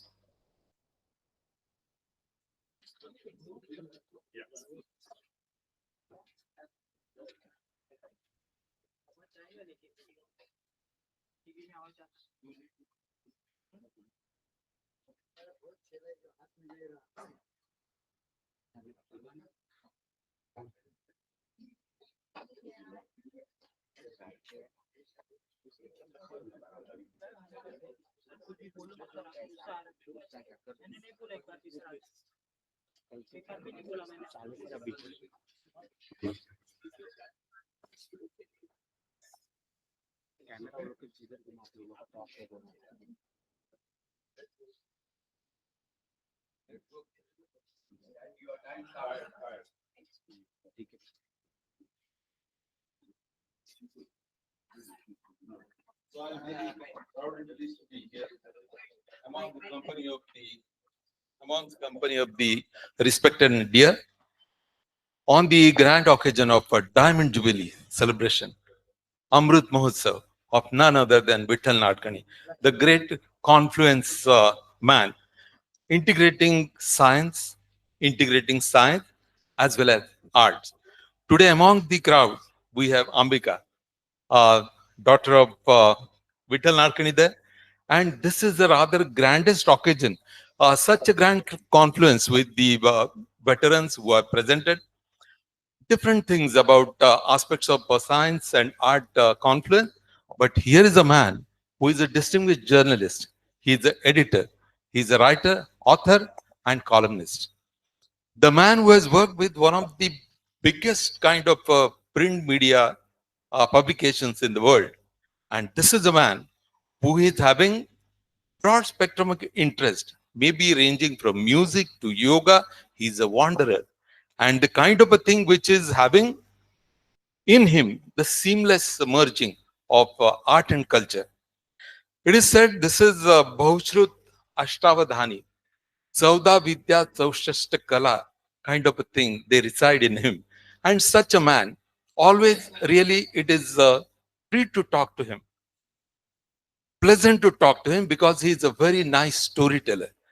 That storytelling which leads to listening Vittal. He's a stylish journal with immaculate style of dressing. I admire and then being a fan right from the beginning for last 30, 40 years. Blue shirt, red tie, beige color pant and Italian goggle. So it is when it is said in the Santavani, Aikava Vittala, Pahava Vittal. So let us see that what we can really discuss with him. He is a real Sabyasachi. It can be left hand, right hand, and it is like Arjuna. He's a man who is really symbolizing and as an ambassador taking art and culture world over, and the man who is really bringing that seamless confluence of art and culture, none other than congratulate you on this grand occasion, and let us begin an informal kind of a talk. We want to get it from you. If at all somebody can give him a mic. Somebody can. Yeah. Or otherwise you can give me that. No, sir, no. No, you give me that. No, sir, no. I will give this to you. I will give this. Yeah. So begin with. Now let us ask. No, don't worry. Let us ask that how that conference has started, has emerged. Here, let me just give a little bit brief on what Kumar Ketkar sir was talking about CP Snow, the grand two culture. It is the monofocal attitude in the world. Either it is humanity or it may be the thing which we call it as science.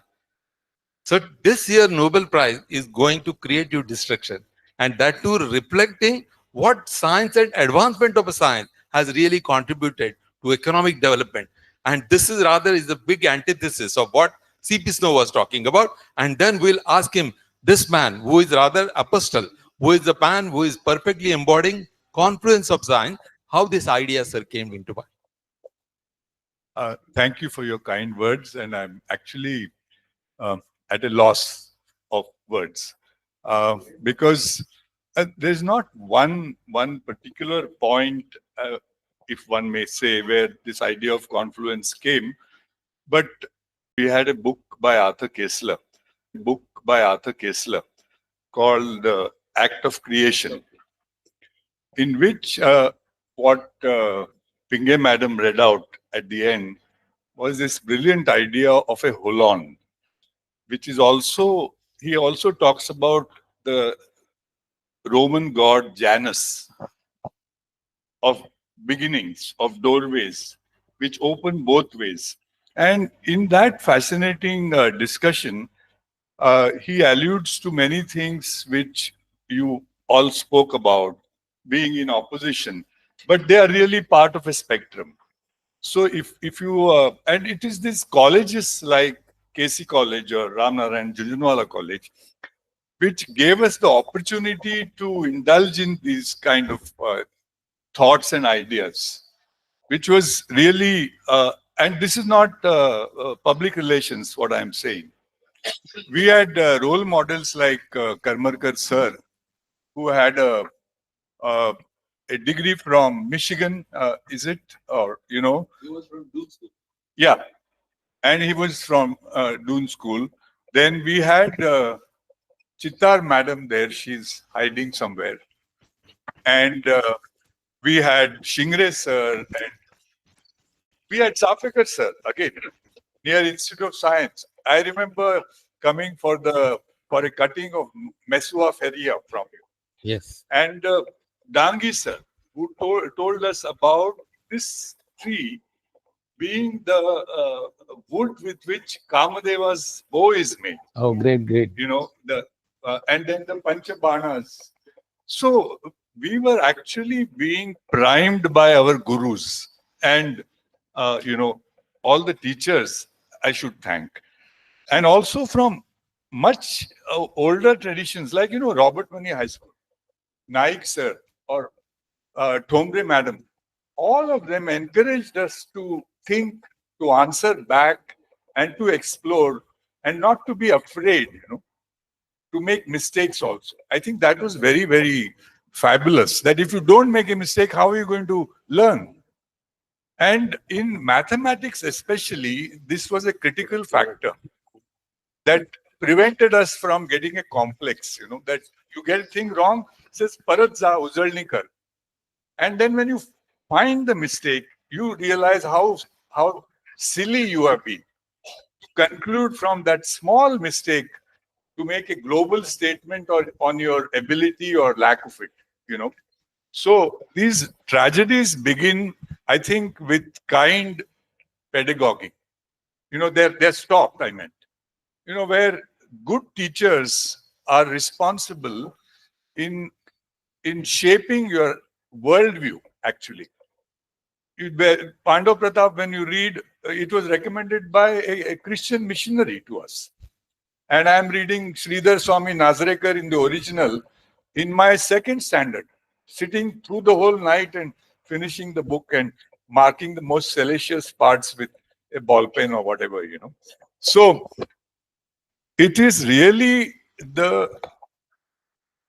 schools and colleges and their libraries again, which fostered all this. Absolutely. Yeah. So rare to have such teachers who are really inspired. Yeah. Maybe Arthur Koestler's kind of a Yes, book. yes. That is what rather anthology of what we call it as the art of creation.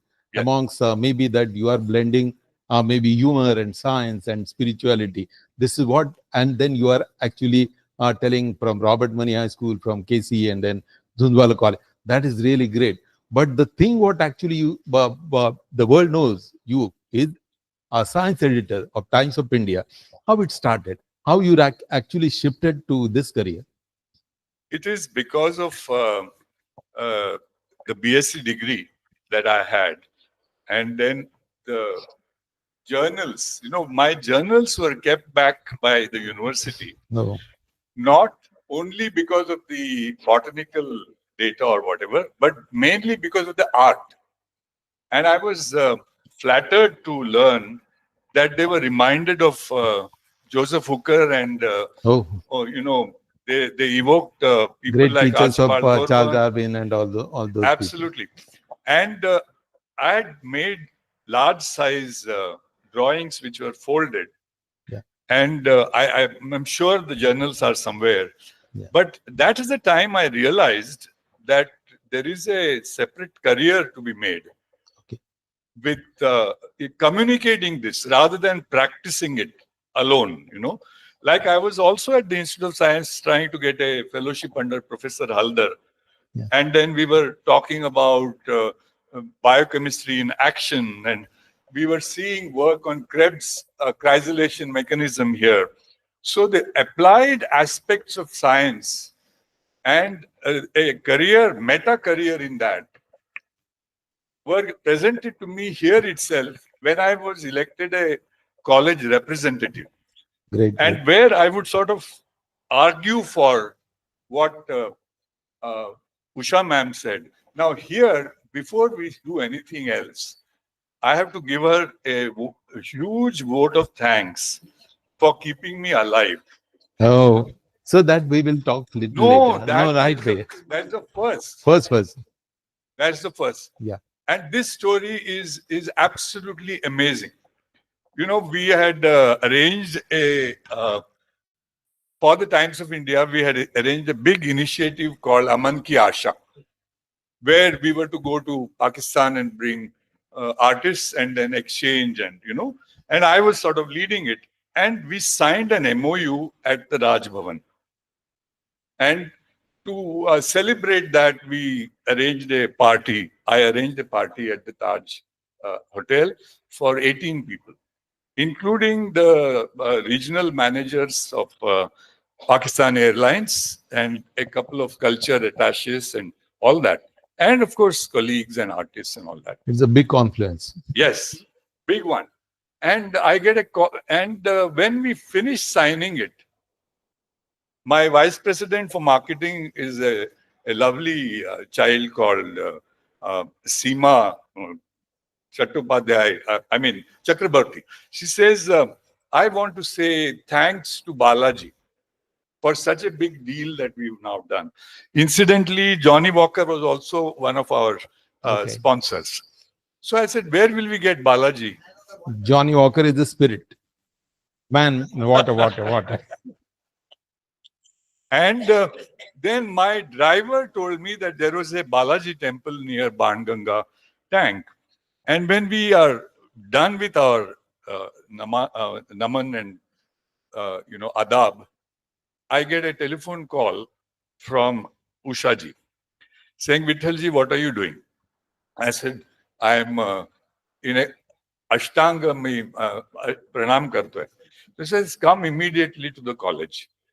Karan, there is going to be a credit rating of sorts of research facilities. And we want you to come and make a pitch or, speak about your experiences. Because in real life, the reason I was spending so much time here was this was the lab that was allowing me to calibrate experiments, to learn them from inception. Suppose you change this parameter, what happens? So only when you do it deliberately, you learn it so well that you are able to do it with eyes closed. And the peons also, they were also superbly trained people. I remember, So in that, I said, I would love to do it, but we have this big function. So she said to me, what can I say now? One word she used, Guru Dakshina.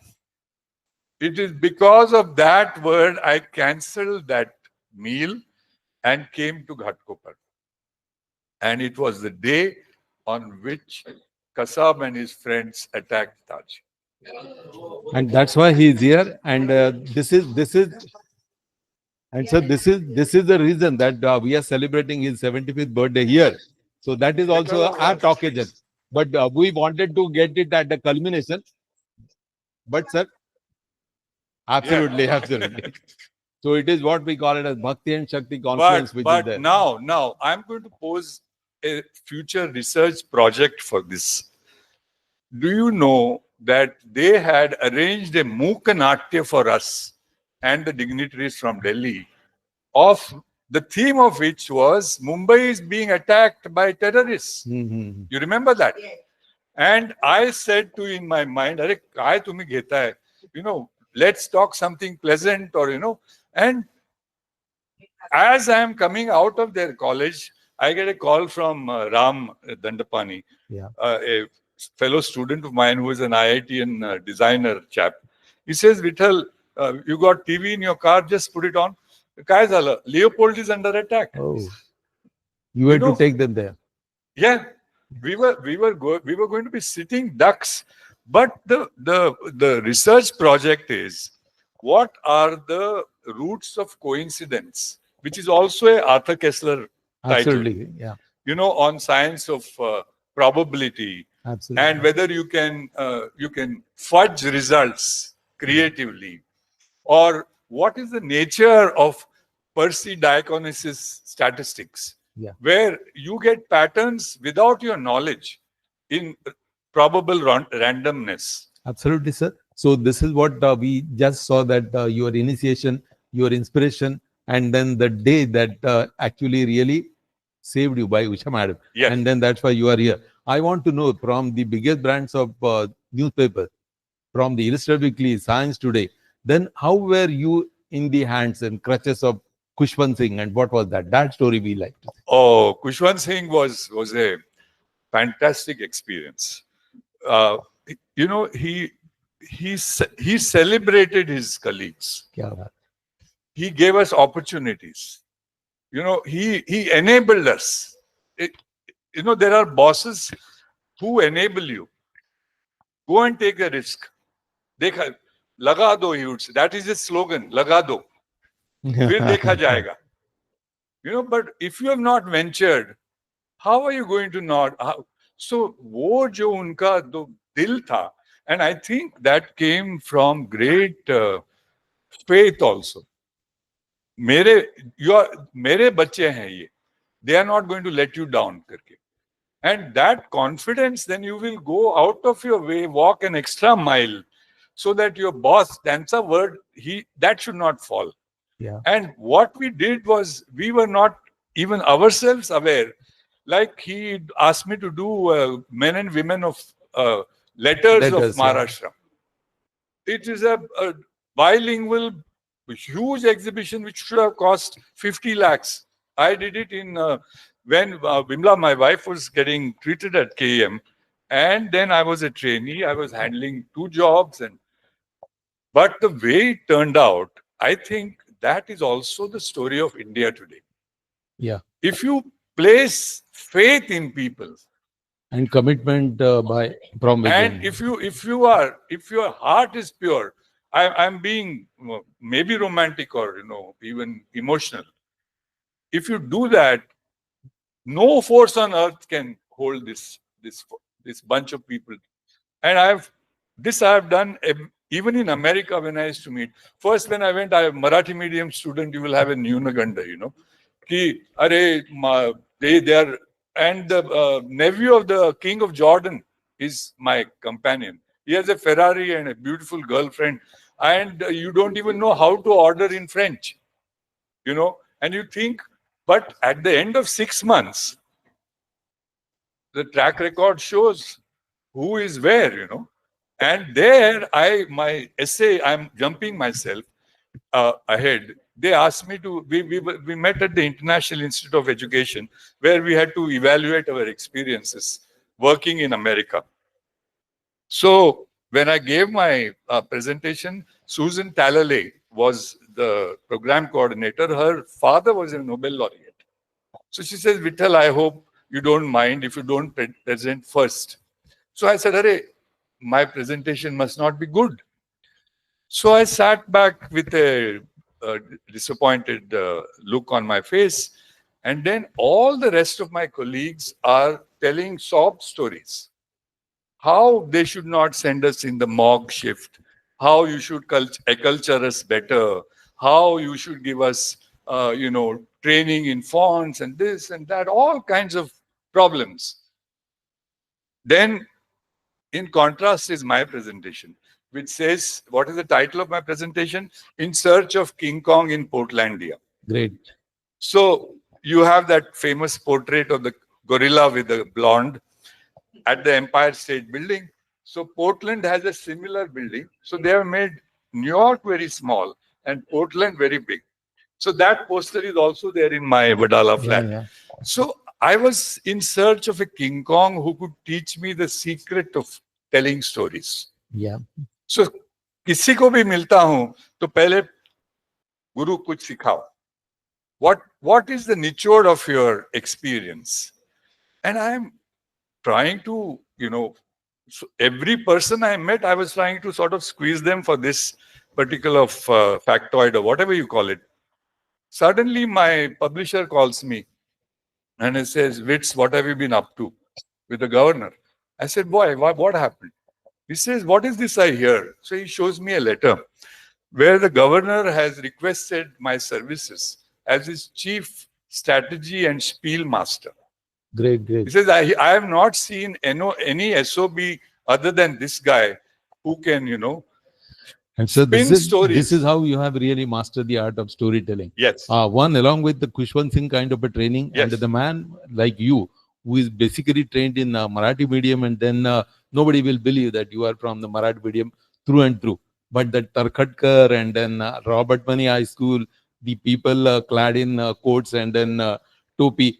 These are the people who have really taught and brought you at this stage. Absolutely. Sir, tell us a little bit about science today under Balfour case, and then later on it converted into 2001, the futuristic kind of thing. So we want that story. Yeah, absolutely. Now, the essay of mine, when the governor sort of made that pitch for my job, what saved me from that assignment was the non-competing or whatever Office of Non-Profit agreement that I had signed before I came to work in the US. So I would not be able to work where I would have to take a political position, which was essentially a Democratic versus Republicans fray, you know. So the punchline of my essay was important. I submit most humbly. My punchline was, I am going back taller to India, not because I came as a dwarf, but because your great country made me aware of my true height. Great, great, sir. So this is what I should even put at this juncture. From Washington Post, from American Society of the Advancement of Scientific Advancement, and then you came richer with the clutches of Kushwant Singh and then strong vice grip of Bal Phonke. Then little bit about the story that you have already told. The Grand Fellowship, which otherwise everybody envies to have those. Yeah. Alfred Friendly that you actually mentioned, but you are the fellow of one of the best fellowships from 21st century in Salvat. Please tell us a little Yeah, bit. actually, you know, these are extensions of these explorations. And the heroes for you are people like Leonardo da Vinci, Michelangelo. Yeah. And dare I say, these are not strangers to any one of us. Whether it is Raghuveer Mulgaonkar or whether it is Dinanath Dalal, whether it is Rao Bahadur Dhurandhar. Yeah. See, what helped me, if I may say, is the eidetic part of your brain Yeah. is active. My father was a very gifted painter, and maybe I have inherited that, some of that. My great-grandfather was a court musician at the Mysore Darbar. I have that genetic base, because without any effort, I am able to figure out and even make bandishes for people of the caliber of Pandit Jasraj and others. Great, great. Now, that is not in opposition to the Apollonian versus Dionysiac division of the brain, I submit. So if you're good in maths, bounded by corpus yes, callosum. corpus callosum, if you Yeah. cut, it then you get splits. two schizoid brains. Yeah. But for true creativity, Yeah. it is possibly, many people say that you need both visualizing and analyzing, Absolutely, sir. and integration and separation. Yeah, you are telling the same confluence which is there. You mentioned of Leonardo da Vinci on Yeah. one side, aeronautics, Yes. and then Mona Lisa. Absolutely. Everybody is wondering what that smile is, whether it's a grin, grit, happiness, anger. And this is what on one side is, that was Renaissance. And from Renaissance, the man who is sitting. Sir, you came richer, as you said. You Yes. came taller, as because incidentally, that timidity was there. What Kenneth sir was mentioning, that little bit of a down aging, then putting us down. But here you were the blue-eyed boy of Hindu Jain. Oh, okay. Later on you came, and then you made the brands. What Usha madam was mentioning. Speaking to, tell us about that. That again, it was an accidental journalist, I would say. Yeah. I was not the person approached at all for any of this, because as Kenneth sir said, you are considered to be a boffin, you know, or a intellectual type whose head is always in the skies and he speaks jargon and nobody understands. And iska science ka funda hai and all that. So madam wanted to quote unquote humanize the edit page. Yeah. And not to tell such sad stories all the time. Also tell inspirational stories, tell stories of achievement, which we did, of course. And that was the argument of my senior colleagues, who said that let us not fiddle around with a model that is working. Because Times of India, of course, is the world's largest selling English language broadsheet, and we didn't want to tinker with the recipe without knowing. So I understand their reluctance. And in one of the meetings, Mr. Samir Jain walked in when Dilip Adamkar was in the chair, all of us. I was sitting with a Countess Marathai and a Mont Blanc and Brock shoes. And I thought I was completely out of that discussion with Jag Saraya and Bachi, and those are the stars, you know. Big stalwarts. Yeah. Then Samirji came and said to me, what do we do? I realized it was a serious matter. Yeah. Because 6 months had already passed Oh. and then nothing was happening. So also there is a bit of Ganimi Kawa in my work. I wanted to teach my senior colleagues a lesson they would never forget. Yeah. एका झटक्यात सगळ्यांची करून टाकली. He does it with action. Okay. हो. Yeah. तर ते कसं करायचं? पण करताना सुद्धा you have to do it with a way which Nobody else can do it. fits the stature of your brand. So I said, sir, please believe me, this is the sequence of events. It happened. I said to him, sir, we need to I need 3 things, I said. First, pehla kya hai? Write to Oxford University, I said. Why? I said, there's a guy called Richard Lenoy there. He's a very famous Indologist. He has written a book called Speaking Tree. So we get copyrights of that. Okay, done. Immediately it was done. They came online. Literally, they were happy to collaborate with us. I'll tell you the reason why they were happy also. That needed some strategic planning also. Yeah. So after then, sir asked me, why Speaking Tree? Now here, I drew on my family heritage of the Udupi Krishna temple, where my cradle was exposed to the Rangashala of the Lord next door, where I was hearing day and night the pravachans, the bharuds, the harikathas, the beauty of the 8, 9, 10 languages of India and their polyphony. So my brain must have been sort of conditioned, So I recited a verse in Sanskrit. Imagine a Frenchified, Gora With Sahib, Italian government. Sala main to sahab ban gaya, sort of person.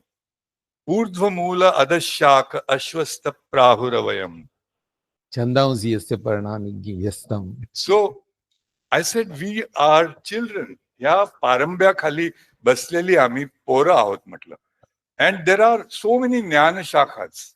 Yeah, great. There are evolving ankurs. There are audumbars, which is a karatalavarsa avala. Yes. So I had the background unconsciously of all this.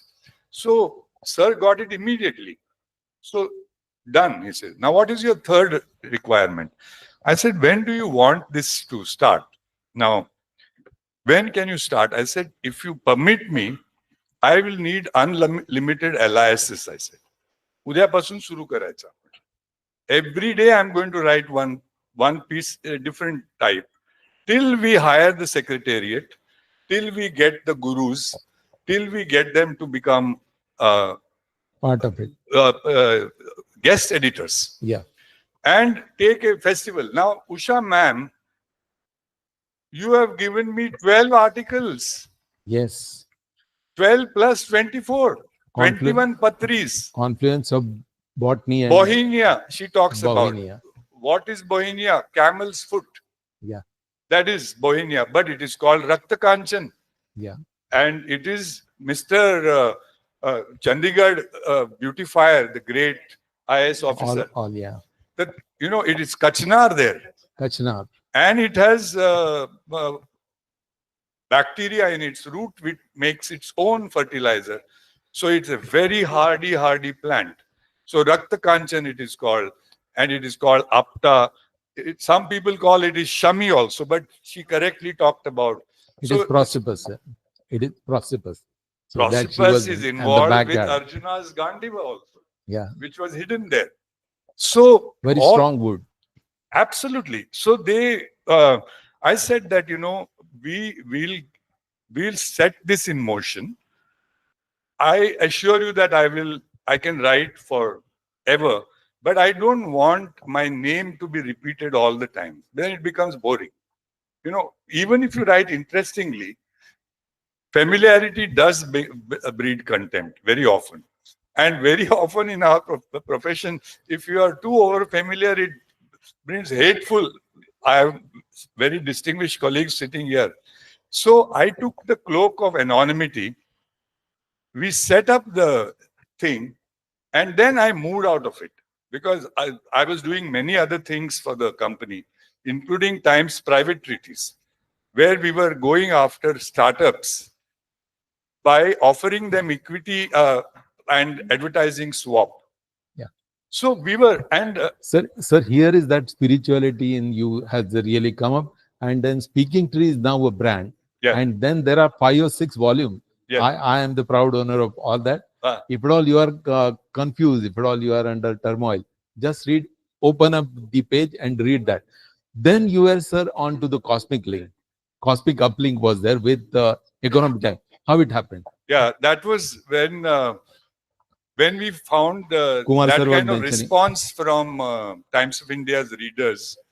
Our owners were very happy to repeat that experience in Economic Times.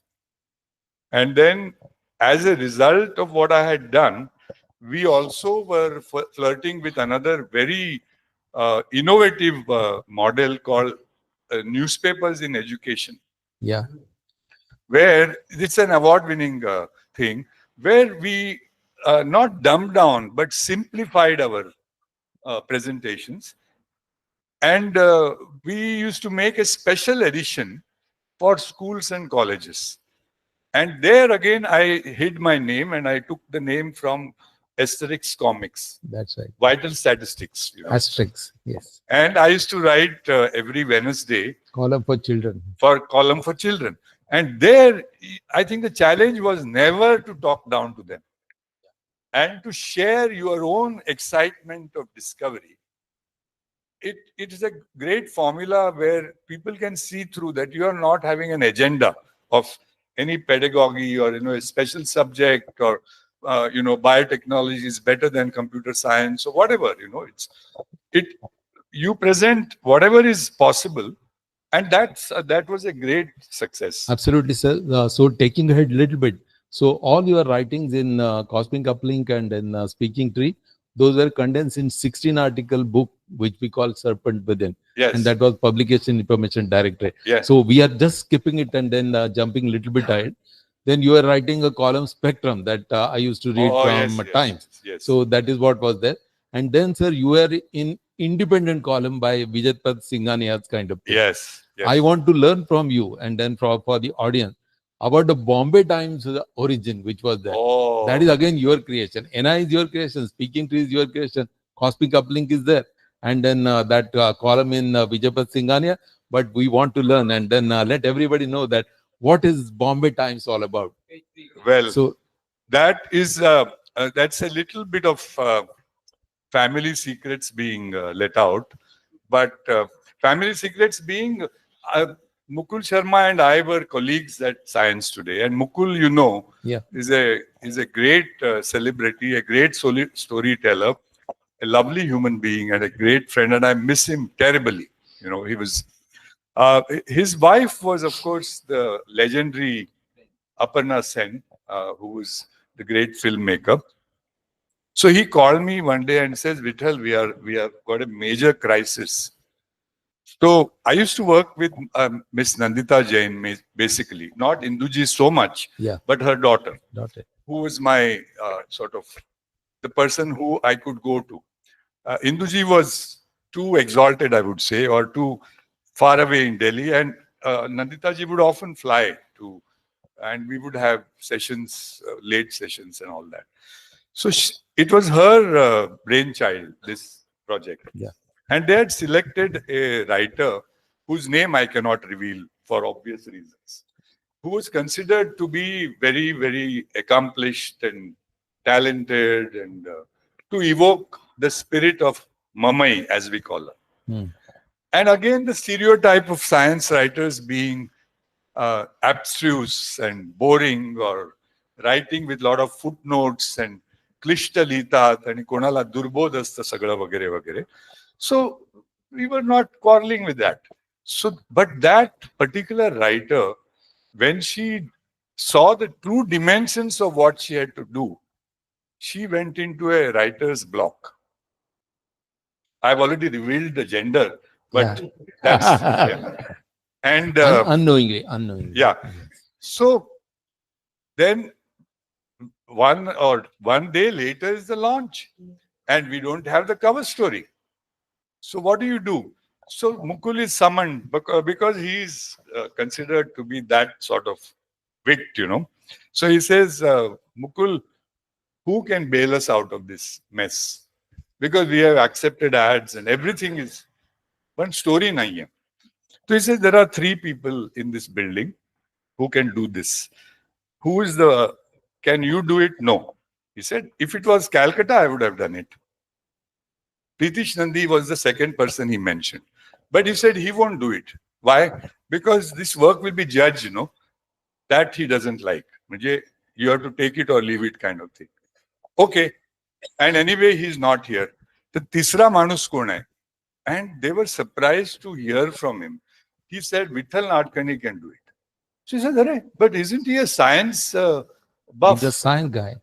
And he said, you don't know him, he said. Because when his wife was running Sananda, Bengali, they needed a thing on superstition and ghosts. And I had written their huge cover story, which it was hugely virally popular. Because again, it was stories and, ghost stories and things like that and analysis. So he said, he can do it. So I said, Marwa dega kya, this is to be done. He said, no, you will do it. You will not believe. I chose the style I marred the language, as Devyani Chaubal would say, of Stardust, or as Shobha De would say, taking English and mixing it. And I wrote a piece which is, now you were talking about AI, sir talked about it. I want to give an example and a warning. How if you don't use, Lagvi swar, I showed you Sir, that. don't I will not utter the Yeah. Lagvi, remember, is related to something else. Literally, that was the translation. word used in English. In English, the translation would be Unprintable. Yeah, unprintable. म्हणजे ते आहे, खिडक्यांची दारं बंद करा, मला नाकात सर्दी झाली आहे. Yeah, Close winter the is doors of the windows, I have got winter in my nose. असं चाललंय. असं AI आहे ते. AI. I'm not saying AI is wrong. It gives you an option. Yeah. That whether you can use it or refine it is up to you. पण असं जर का केलं, Cannot substitute the human creativity. So here is that confidence in you is now really coming true. For example, you start, yes, Huh? yeah. I wrote about Mumbai, Amchi Mumbai, as the mother city. The mother city that makes sure that if you work, you will not go hungry. Yeah. It is a city that accepts everybody. And I wrote it with all the passion of Abbas sir, with Devanand, with everybody. जे त्यांनी साकार केलं आहे या मुंबई बद्दल, Balraj Sahani म्हणा, progressive artists. See, you must have the bandwidth to realize that also. ऐसा नहीं कि there were probably 400 PhDs in that. But the feeling is ही आमची मुंबई आहे, ही तुमची एक्सक्लुसिव्हली नाही आहे, ही सगळ्यांची आहे. आणि जिथे सगळ्यांना वाव मिळतो तिथे 2 इष्टदैवत आहेत. एक आहे सिद्धिविनायक आणि त्याच्यामध्ये ऑपरेटिव्ह वर्ड काय आहे? सिद्धी. आणि तो सिद्धीचा मंत्र कुठून आला? Dattatray योगशास्त्रामध्ये Kriya yuktasya siddhi. Kriya yuktasya siddhi. Yes. Akriyet katham bhavet. Yeah.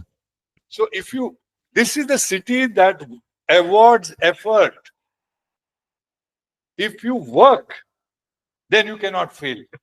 I sir remember a little bit. केल्याने होता आहे रे आधी पण केले ते आधी केले पाहिजे. पाहिजे. Yes. आणि दुसरं वाक्य जे मी घेतलं ते रामदास स्वामींकडून घेतलं. क्या बात है. सदा सर्वदा देव सन्निध आहे. Very good. कृपाळूपणे अल्पधारिष्ट pi. I said, have you got that courage to strive? Then you have Gurdat Padukone's story. Yeah. You have Raj Kapoor's story. You have Prithviraj Kapoor's story. You have Tata's story. Being turned out from a 5-star place. Yeah. What a story and a half. Kirloskar. That's You right. take Dhondo Keshav Karve. You take Ambani. Now, Ambani, I want to pay I want to make a little bow in the direction of my little kid Sir, here. one line I'll say, and then you will say that. She's not in a. I had a when Ambani sir was presenting $1 million to Bombay University. Judicity. Judicity. There were 19 couples invited. One of them was my dear, dear, dear wife, whom I miss terribly, Dr. Vimla Nadkarni from Tata Institute of Social Sciences, and me as her bag carrier. तर आम्ही गेलो तिथे. तर Ambani said, of course, I knew him from my economic times and best. So I am a user of opportunities. And I said to him, I want advice for a young kid who is flying off to the US after doing MSc वगैरह. What would be your life's nichod? Like I told you, King Kong के पास जाके मैं पूछता था सबको, आपके experience का निचोड़ क्या है? And 2-3 sentence only, ज्यादा बकबक नहीं चाहिए, you know, क्योंकि फिर वो तो बोले, he said, अरे मैं हूँ तो matriculate and तू super ये है. So I said, I use a word which is again unprintable. I said, Dhirubhai, cut the so and so thing. It is for my kid, I said. His expression changed. Suddenly he became utterly serious. Sunega tu, he said. Do you have the guts to listen to me with your attention? I said, that is the reason I have come here, I said, which is true. He says, tell your child, there are no problems in the world, only opportunities. Great. Can you learn to look at the world even when you are screwed and you are hurt, you are under a bus? It is an opportunity, he says. If you are able to change your focus from one of Rudan to a search, what can I do to come out better or on top? But that is not the only story. He says that is not enough. How do enterprises get built was my second question. He says you must have the guts to surround yourself with people far more brilliant than yourself. In the company of talented. Without getting overwhelmed. What does he mean by that? The vision must be yours. यानी brilliant आ गया तो फिर वो हो गया नहीं ऐसा. You take what is required, and that is again the science of confluence. Execution. And then, sir, so nicely you are telling the confluence, starting from initial stages, print media, then you were mentioning about your columns, and then the brands you made. Speaking Tree was one, Bombay Times was one, and then the advice, which is really a message for the younger generation. Let us now turn to your writing. Those are wonderful kind of thing. Hari Mahidhar's photo journal, photo that edition about Namami Narmada. We want to listen it from you.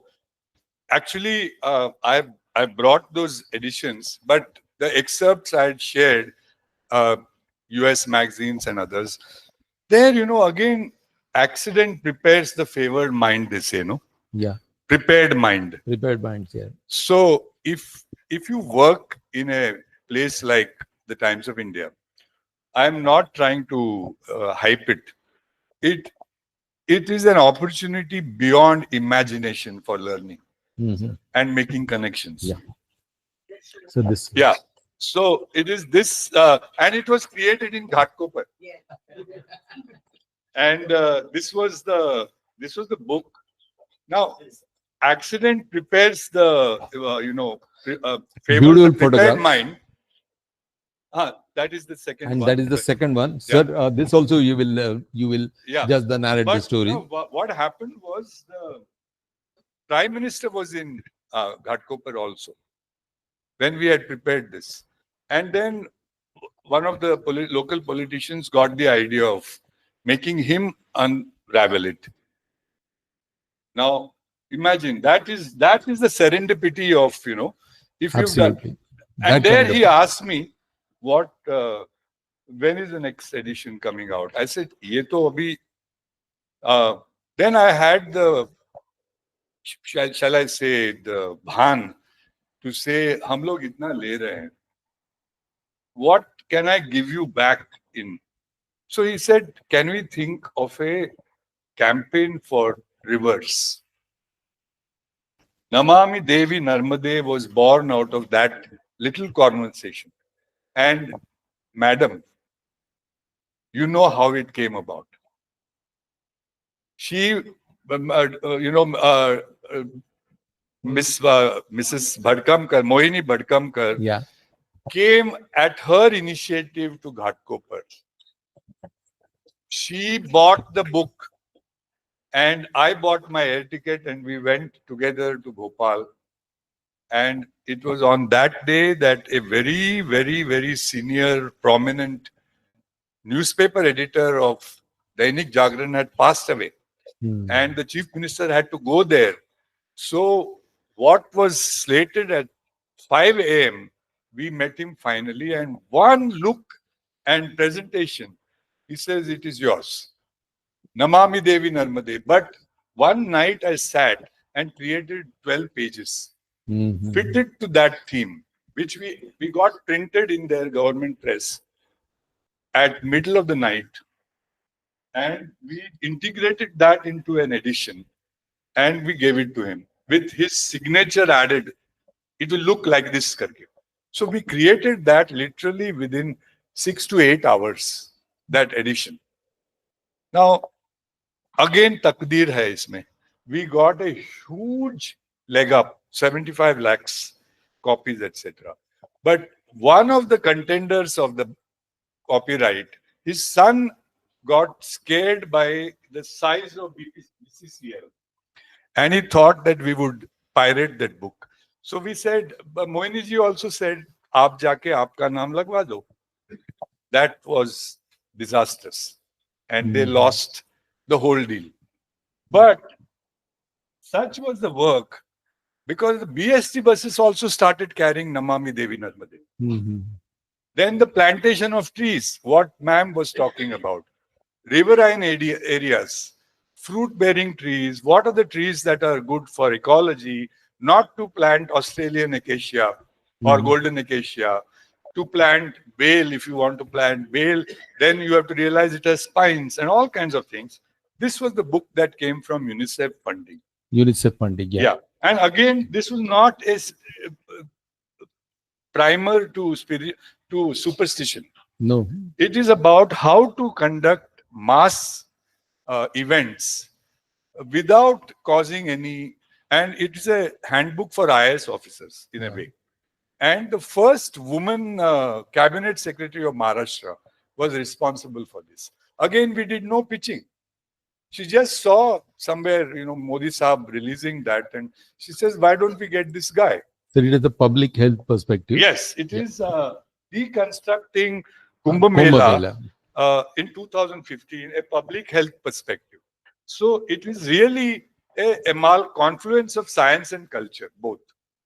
Science of mega events, crowd control, effective communication, policing, sensitive handling of lost persons. And you know, Absolutely, sir. What a grand confluence you are presenting in Yeah. terms of your writing. It is Sapta Sarita, what we call Gange Cha, Yamune yeah, Cha, yeah, Godavari, Saraswati. And then you unravel the legends. And here that wanderer in you is trying to put all the stories like Narmada Parikrama from Ugam to Sangam. This has come in Namami Narmade. Kumbha is also one of the great retire. yeah. Apart from this, it is not a sequel, but a barter, we can say, that your Panchayatan, art and culture of Panchayatan, this is what we would Yeah. like to listen from you. I don't want to take too much time on this, but it is also a very organic part of this narrative. Yeah. Because we are often derided for murti worship, idolaters, and Indians are like that and this. Whereas if you really look at the history of all this, right from Krishna's grandson asking Markandeya, how does the formless become, why and how it becomes, takes forms, etc. in the, Puranas. There are, they understand the dynamics of what they are doing completely. And what it represents is a genius of social engineering unparalleled. And I'm not saying this with hyperbole. The 5 Panchayajnas are in the Panchayatan. Panchayatan. They are all about community building. Whether it is Atiti Yajna, that is, you are compelled to be hospitable. Whether it is Brahma Yajna, which is you are compelled to be friendly for learning every day. Yeah. Whether it is venerating your traditions and your ancestors, you are compelled to be family conscious also. Social responsibilities. And so And there is- Bhuta Bali, Yeah. out of all. That's Environment Yeah. and feeding the crows, ants, everything. So these got deified later. But the underlying message is of great ecumenism, Absolutely. where you are respectful of the other person's right to differ from you. And I think this is also one of the great hallmarks of science, where you are able to advance a hypothesis and it is invited, you attack it. And if it survives, then it becomes dogma. Yeah. Otherwise, if you purely pursue just because it has come out of my head, that is not science at all. That's right. So through the tradition, and then you are really narrating these aspects.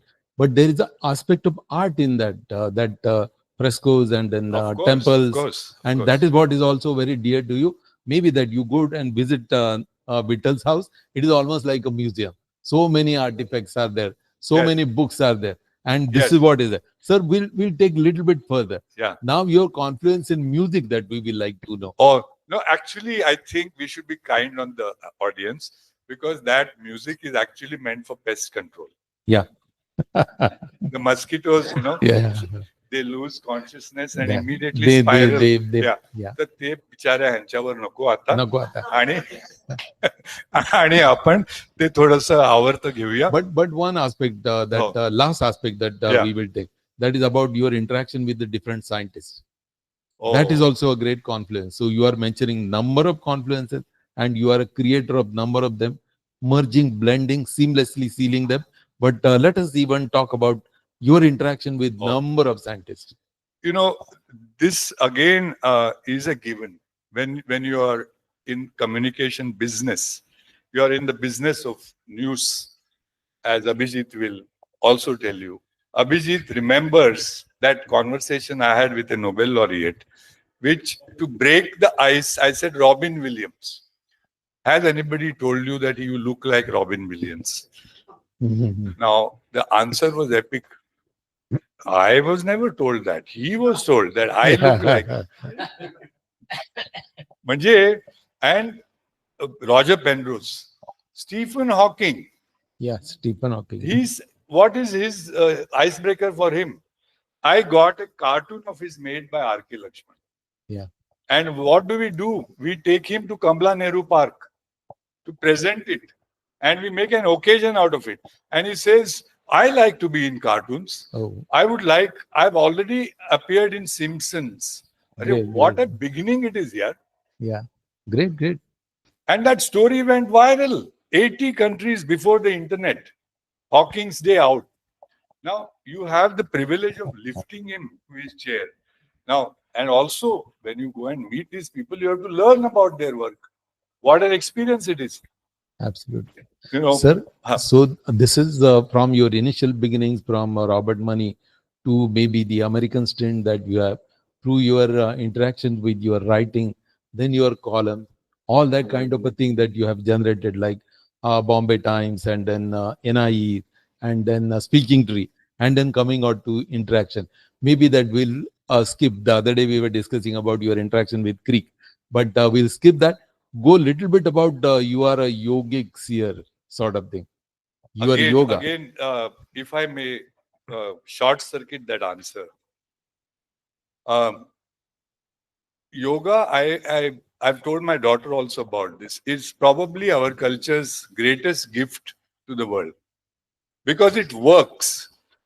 It is based on something that works. It's not obscurantism. I've experienced it, and in this, my real hero is Lokmanya Tilak. Oh. Lokmanya Tilak had a deep asthma related chest problem, which on Chowpatty he overcame by becoming a swimmer and all that. And I had a similar kind of problem, to overcome which I took to yoga.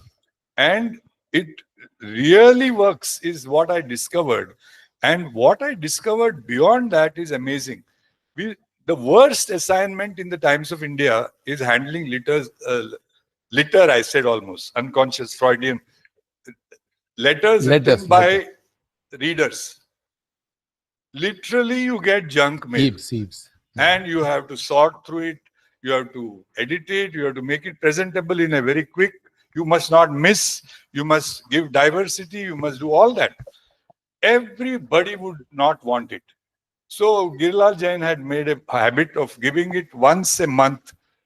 Once a month, one bakra was, we had to do it. एक महिना सगळ्यांनी ते भोगायचं ते. आणि मग जा तुम्ही club मध्ये जा, इथे ऍडव्हान्स स्क्रीनिंगला जा किंवा फॉरेनला जा. आणि Kumar is here. I don't have to reveal all the secrets of the प्रलोभन्स that are thrown at us. पण after I started doing yoga, I realized my mind was working so fast that my hand was not able to keep pace. I would be at the end of the thing, process झालं ते. I am too slow to transcribe it. And what was the worst assignment became child's play. So the intellectual vigor that this mens sana corpore sana principle, I experienced it. And once you experience it, you will never give it up. And one of the people I want to call in support of that is my sister there, Smita Bhag. She saw me doing this yoga even when there is मेजवानी ठेवली आहे. नाही माझी क्रिया झालेली नाहीये. मग तिथे कोपऱ्यात कुठेतरी जाऊन मी काहीतरी स्वतःला बांधून घेतो आणि किंवा फ्लॅजिलेट करतो वगैरे चालायचं. So she started taking steps along with me, and then she realized what I was saying. Is that not true? And you need no persuasion. You don't need Baba Ramdev or anything. Yeah, nobody. Yes. I mean, I'm not denigrating him. He's doing a great job of popularizing it and all that. But the proof is in the eating of the pudding. Yeah. If it works, then no force on earth is going to keep you away from it. So it is the reason I am doing it. And so could be that this is the thing that actually leads you towards spirituality and the confluence of art and science. Through your dialogue, spiritual Vittal was coming too much. That is, it was really the thing which initially we were talking about C.P. Snow and then Arthur Koestler and then current Nobel Prize, which is there. This is what you have integrated so well. You are that confluence personified. Anything that you would like to even tell at the fag end? the thing is that there is Google is actually multiplied the opportunities for this kind of interactions unbelievably, and it has enabled people like me, where earlier we were constrained by access, like a kind librarian, मस्का मारावा लागायचा त्यांना, त्यांच्याकडून काढायला, आणि खेनेट साहेबांचे पाय वगैरे दाबावे लागायचे. म्हणजे त्यांच्याकडे असे ट्रेजर्स आहेत म्हणून. भाबा और बाबासाहेब आंबेडकरांची लायब्ररी शासव रेगेंनी त्याची दालनं ओपन केली माझ्यासाठी when I was a trainee, and I was able to do that, men and women with distinction, because of the आशीर्वाद of Babasaheb in a way. त्यांची पुस्तकं वापरली आणि गारद केली ती मोहीम मी. आणि हे जे डेमोक्रेटायझेशन ऑफ ऍक्सेस जे आहे ना, that is Google today. It is a big leveler. Yes. Yes. So that is the fantastic message, and I hope that it was really challenge to get most of you, because you have so much that even if we discuss it throughout, maybe years along, this is still.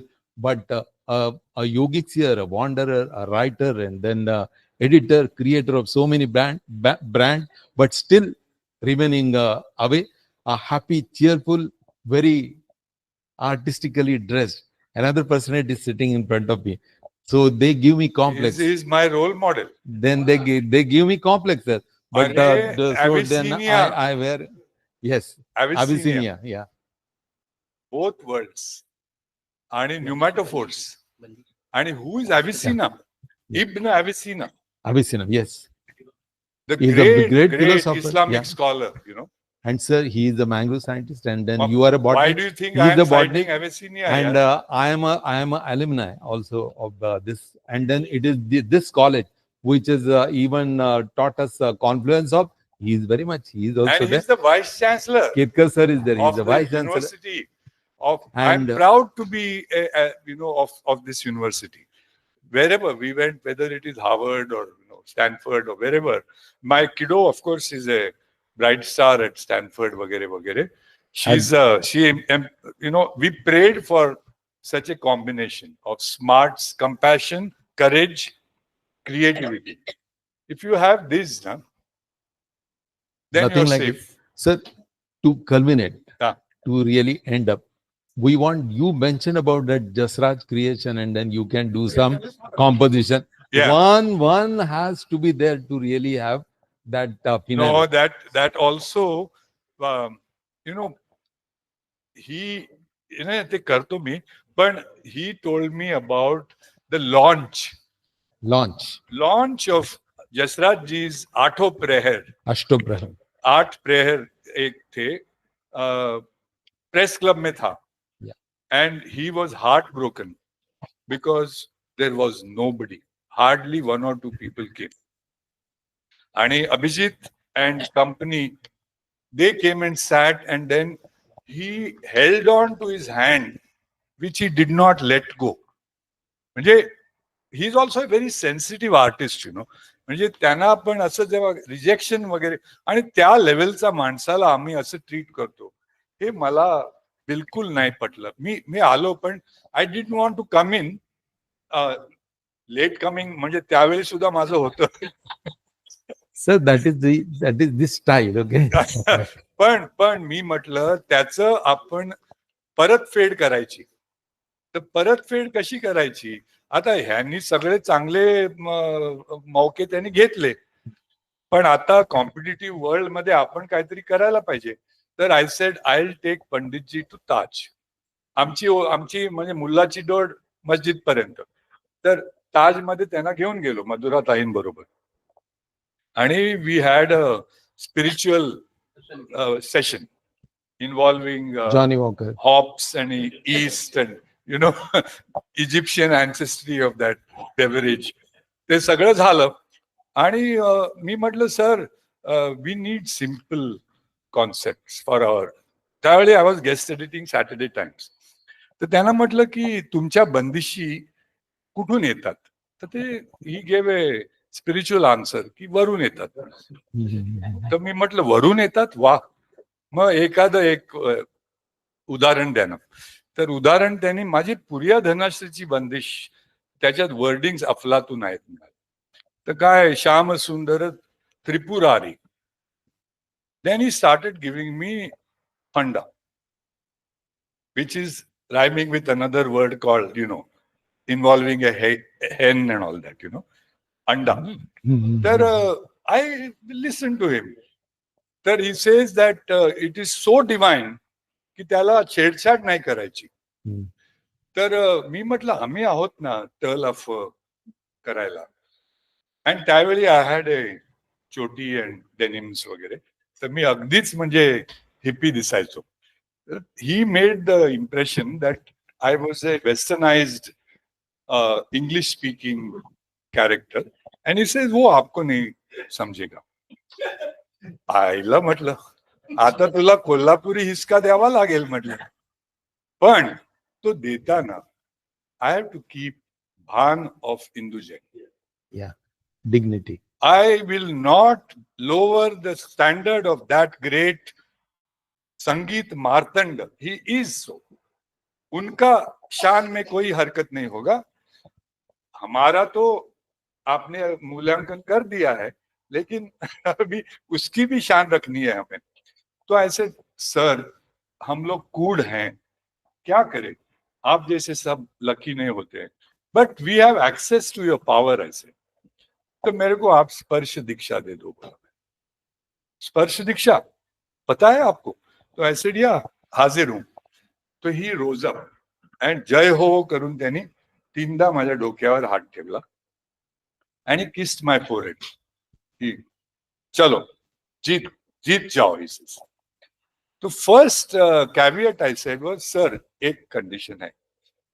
तुम्ही जो राग उच्चिष्ट केलात त्याच्यामध्ये मी करणार नाही म्हटलं. तुझी सुरुवात झाली म्हणाले. तर मी म्हटलं नाही साहेब, तुमचा तो मान आहे तो, त्याच्यामध्ये कसं आम्ही छेडछाड करणार. पण तुम्ही काय केलं. श्याम सुंदर त्रिपुरारी असं मम पध प म प ग म रे ग मग म ग रे सा. पूर्वी लावा ना त्याला. म्हटलं क्या बोल रहा है. तो श्याम सुंदर वन माली मुरारी. शॉक्ड. अरे मुखड़ा तो बन गया.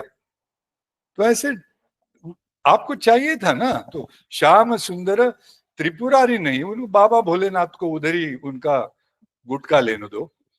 तो हम लोग है ना इधर उनको एंटरटेन करने को. सो ऐसे दूसरे लाइन का क्या करोगे. There I told him a truth which I still maintain, that our tradition is so rich that आंख मूंज के भी आप हाथ मारो ना, सेकेंड लाइन आ जाती है. So कंस निषूदन देवकी नंदन श्याम सुंदर वन धा धिन धा धा धिन. So he said, अरे अंतरा हो गया. Then I said, अभी बेनेट कोलमन का हिस्का. I said, सर जी आपके आशीर्वाद में खाली 2 लाइन का पावर था, अभी रिचार्ज करना पड़ेगा. बोला लेकिन आपसे नहीं होगा, मॅडम ने देना पडेगा आशीर्वाद. क्या बात. तो मॅडम न्यू की मी आता फिरकी घेतोय साहेबांची. कारण त्या यायच्या विमला पाटीलला भेटायला आमच्याच ऑफिसच्या पुढे. And they were great friends. And Shantaram बापूची इतकी गुणी मुलगी. अरे we have from a distance also we have been enriched. आणि काय काम करून ठेवलंय त्या माणसाने. Pioneering in all the techniques of photography, cinematography, storytelling, everything. Janak Payal Baje. Yeah. All these things. So she got up and चावट आहेस म्हणाल मला प्रायव्हेटली. विठू विठू पोपट आहे मोठा चावट. ते तिचं ते ब्रीद वाक्य माझ्यासाठी. डाळ खातो कच्ची मला म्हणतो लुच्ची. तर त्या माऊलीनी मला, she also did 3 times अवग्रहण केलं, and she said, जीते रहो. Before she could sit down to keep her birud, I said, Govardhana dhara kati pitambar adhara madhura dhara. Madhura jasraj asli. Govardhana kar kati pitambar adhara madhura dhara muni jana manahara sham sundara vana dha. Then, so now look at Jasrajji's presence of mind and grace. He says, Vithalji, ye bandish abhi meri. I said, I would be grateful if you sang it and you blessed it, matlab. Karan, wo hai, unka gun hai. And I am not saying this lightly, because for Ambika, we had bought these Atho prayer when she was a little baby. I used to play it all the time. The very best in our musical tradition. Big LP. नाही, मी cassettes आणले होते.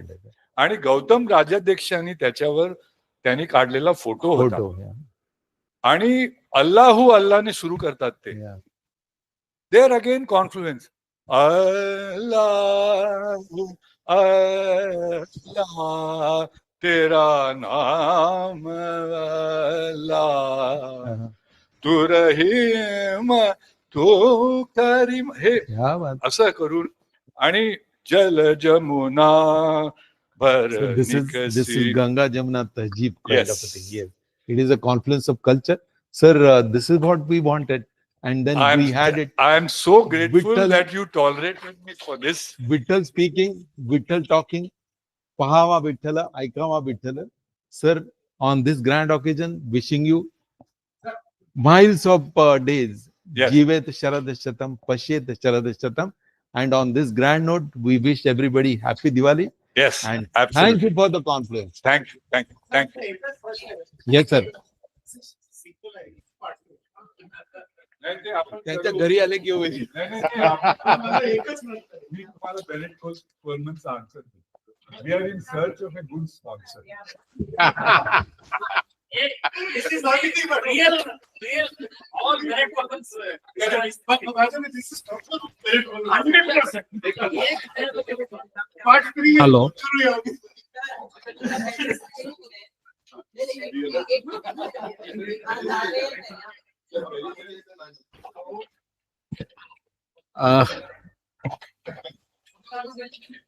So thank you so much, Sri Nadkarni ji and Dr. Barve, for that engaging and heartwarming exchange. Truly a masterclass in reflection and the humor. Thank you so much, sir. So today we have a special guest who doesn't require any introduction. Professor Dr. Sanjay Deshmukh, former VC, Mumbai University. And sir has written a literary biographical essay on Vitthal Nadkarni ji. And today he would like to release the same, Light on the Water and Light on the Mind. So I request you to release the same.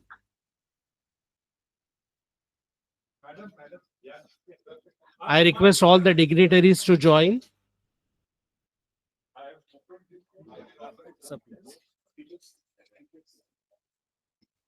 Ladies and gentlemen, please put your hands together.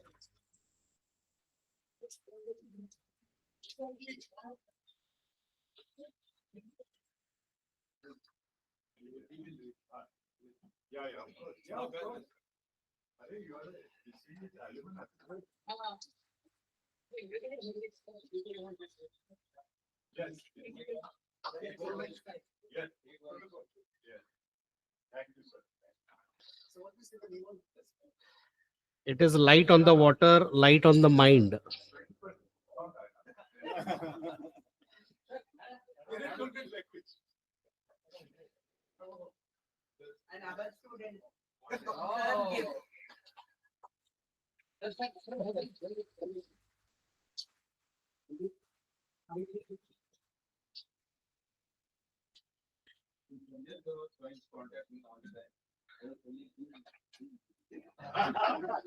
Sanjay, overview for 2 minutes. No, 1 minute. 1 minute.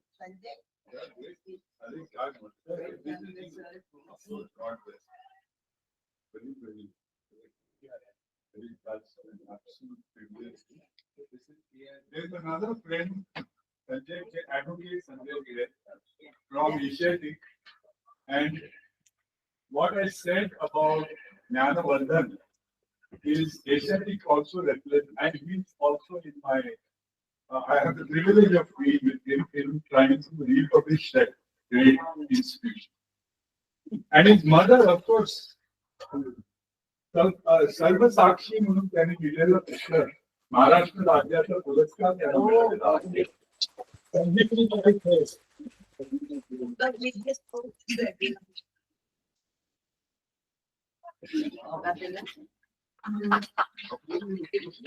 Sanjay, can go for 1 minute.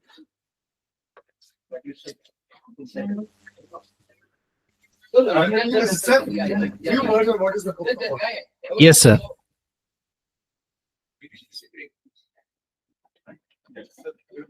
Oh.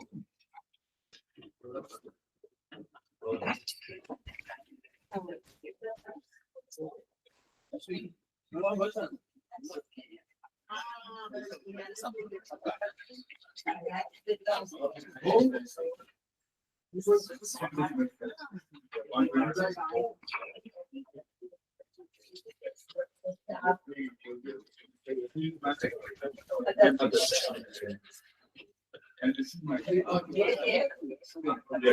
Yeah, sorry.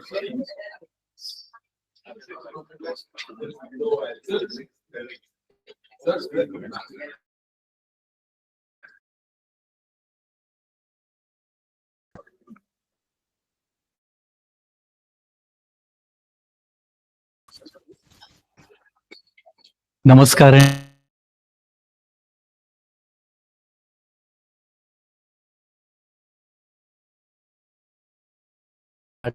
did my PhD under my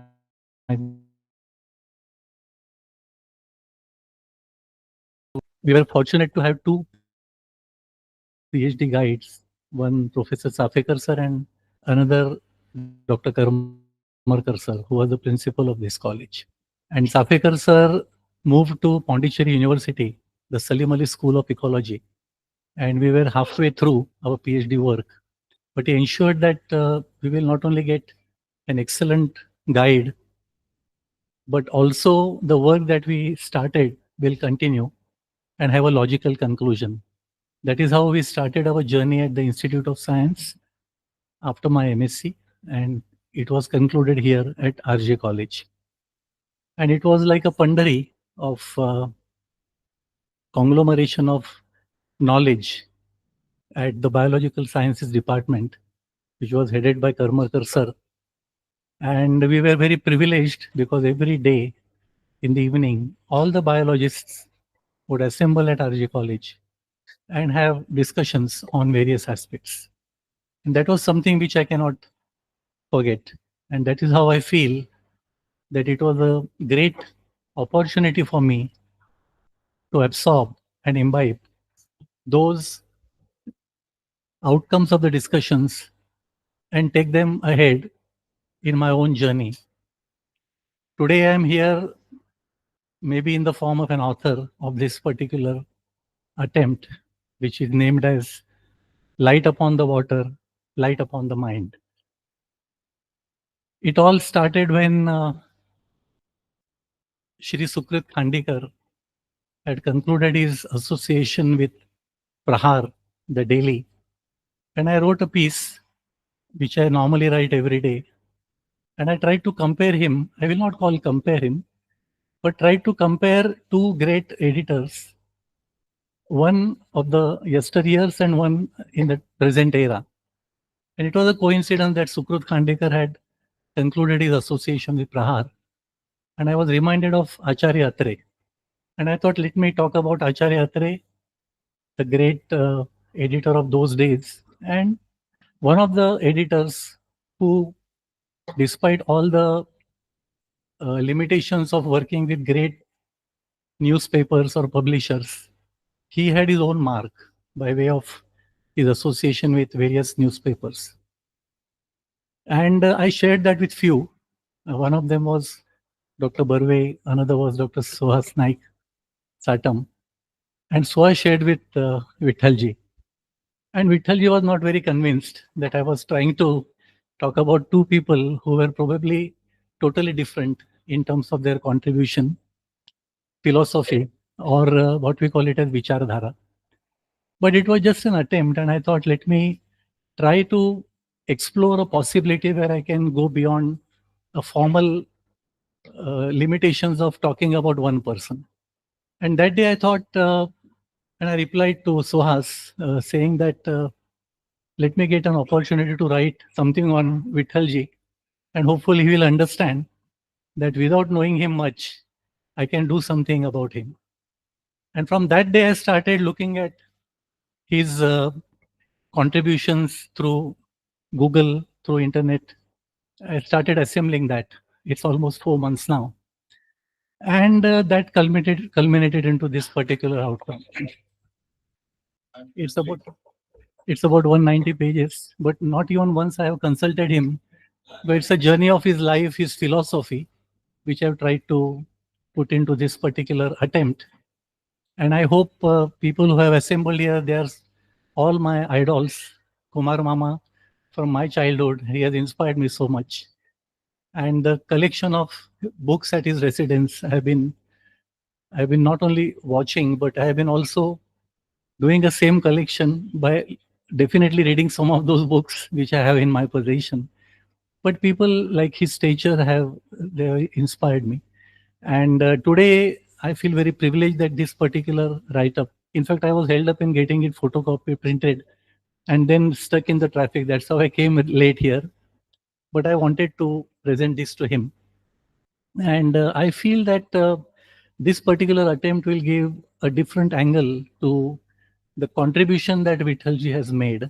And I'm sure he himself will be able to look at this as a third person, and he will probably get a lot of inspiration, I feel, because I've put in a lot of efforts to prepare this. And the feedback from him and all of you who have got the copy will help me in refining it. And I would probably want to have it published as one of the publications of NCSC, because under the auspices of NCSC, this program has been organized. And the foreword of this book has been written by Siddhi Vinayak, my brother-in-law and a great friend and philosopher. And we kept it a secret because I wanted to ensure that I complete it today on his birthday. And I'm glad that I could do it. There may be some refinement, of course, but I would like him to critically go through it so that we can really bring out a different publication, looking at his life as a philosopher, as a scientist, as a conglomeration of knowledge, and everything that you have heard about him. So I'm very privileged to be here, and thank you very much for this opportunity. And thank you, madam, for your guidance and support throughout. And I will stop here. Thank you very much, and happy birthday to you.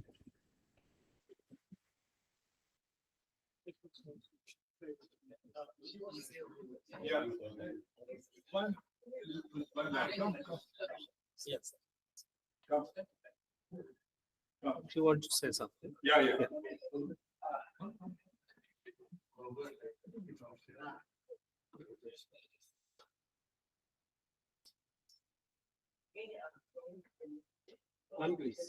This Vithal is a filmmaker and a very production.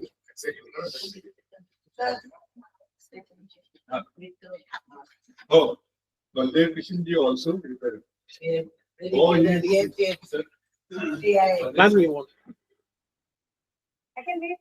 Please come. Come.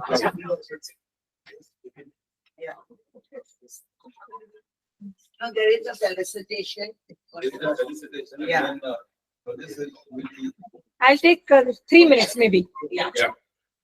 I'm going to be reading it because I don't want to miss out on anything.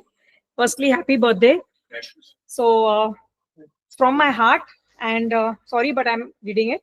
Just a week ago, just last week, my husband, Steve Fernandez, everyone, I'm Ruchita Mittal Fernandez, my husband who's filming me. Husbands have to do all these jobs.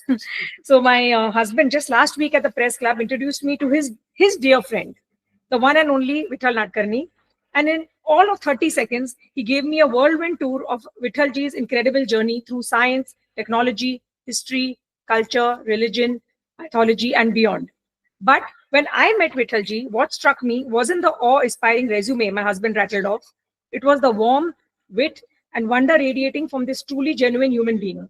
My husband even joked that if there's a next life, not if, there is a next life, he wants to come back as Vithalji. I was like, oh wow, this is shocking, because I said, you're so close to this gentleman. He's such a good friend. I'm your wife of 23 years and I don't even know your friends.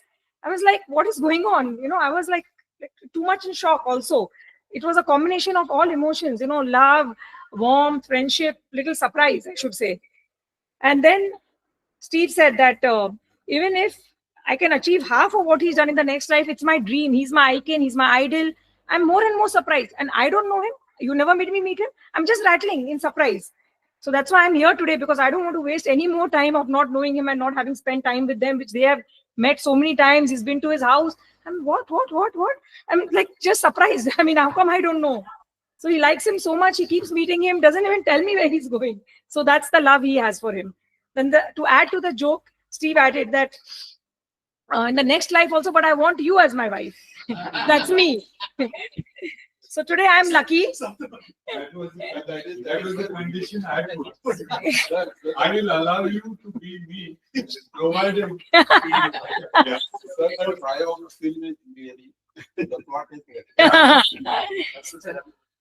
So today I'm lucky to call this legend my friend. New friend, old friend, doesn't matter, but now my friend, my personal direct friend, at 76 years young, you're all heart, all brilliance, and all energy. Vithal Nadkarni, you truly rock, man. Happy birthday. I'm so grateful. Thank you, madam. And I just want to add to that. This is a tapestry woven with all the threads she has spoken of, mythology and religion and spirituality, science and technology. I would just say we are blessed to have a friend, Vithal Nadkarni. Thanks. This was tuition was the first mechanical engineering in IIT. He had a record.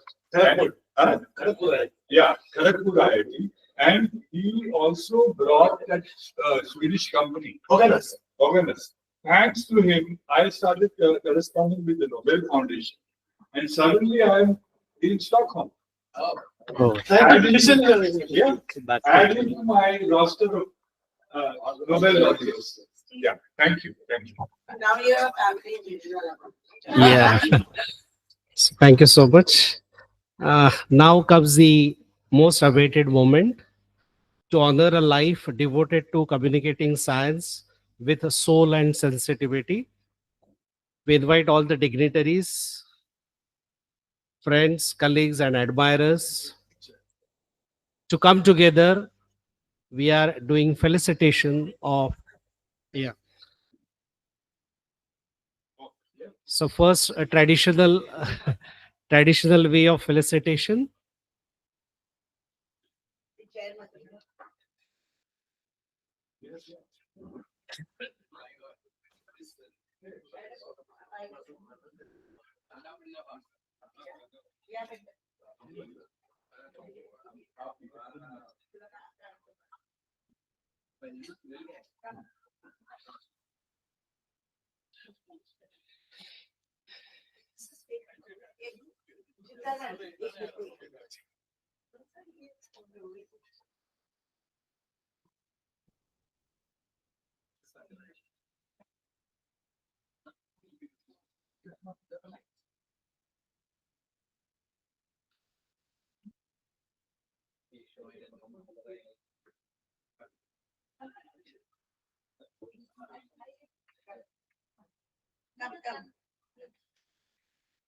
Soma Jyotirgamaya Mrityunma Amrutam Gamaya Om Shanti Shanti Shanti. Happy birthday to you. Yes.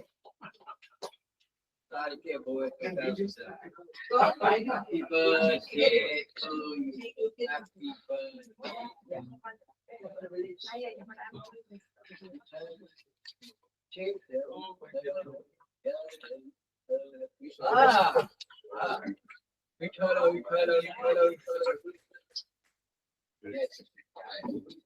Thank you. Thank you. नहीं listen.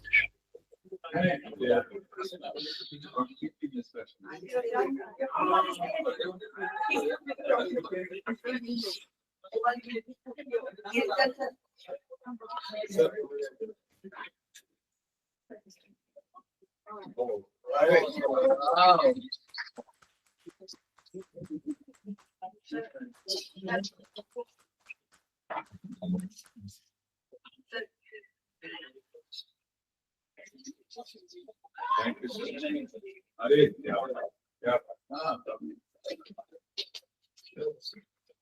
God bless you. Thank you so much, sir.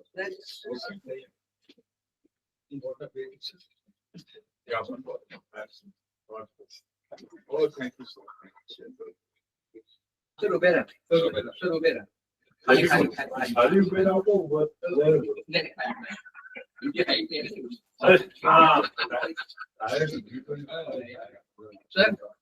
Sir, you do the honor of giving a citation. And people, I will mail the citation now. Thank you. Huh? Yeah.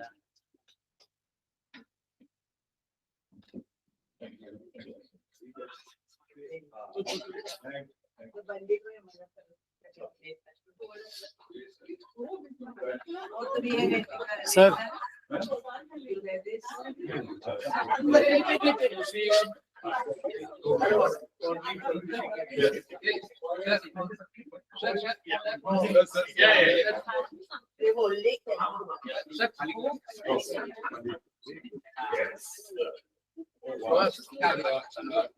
Yes, sir. Sharmaji also. Come. Yes, sir. Yes, sir. Yeah. Yeah. Madam.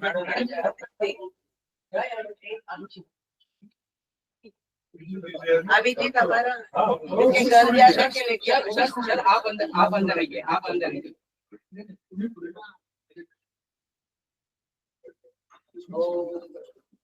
Very nice. Thank you.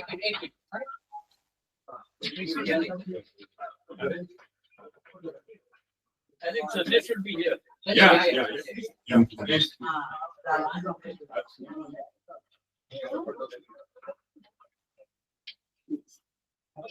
Madam, come inside. Now that's it. I'm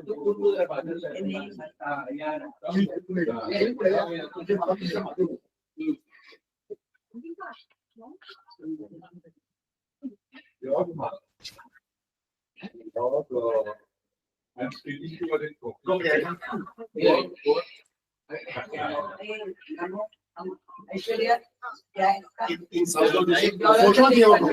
Coming to the photo. एक photo I just want to say one thing.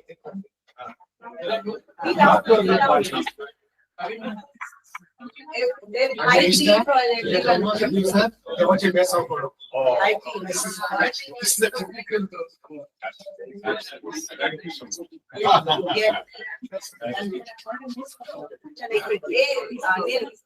Sir का fruit basket और ये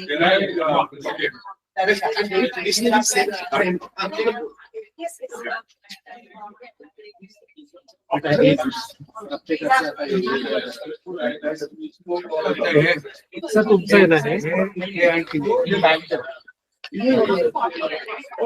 तिकडे पिशव्या आहेत झालं संपलं ना सगळं मी काय अडकलो सहज म्हणून आलो म्हटलं भेटूया एकदा सगळ्यांना हे बरोबर पिशवीत दे.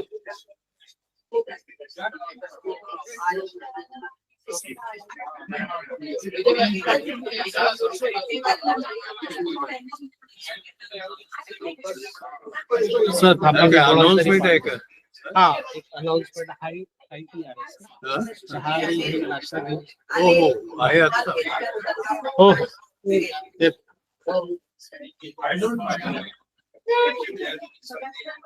कुमार केतकर सर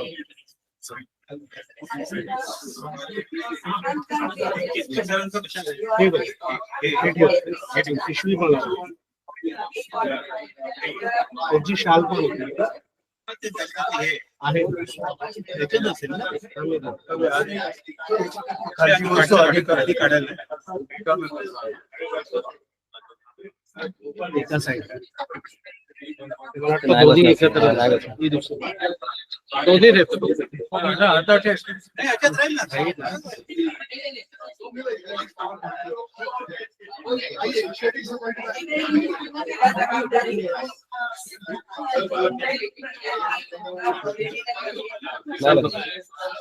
उगाच फाटायची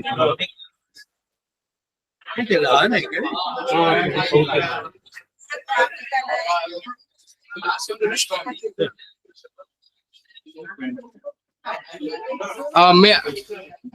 Sir,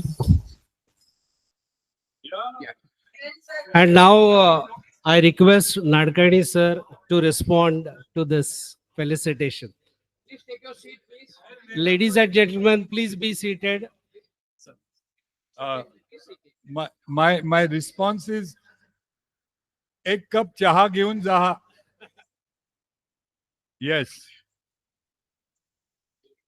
No, I'm saying have a cup of tea, and you've been so patient and so kind, and I am absolutely zapped. I'm telling you, if I start thanking everybody, it will take another 48 hours or something like that.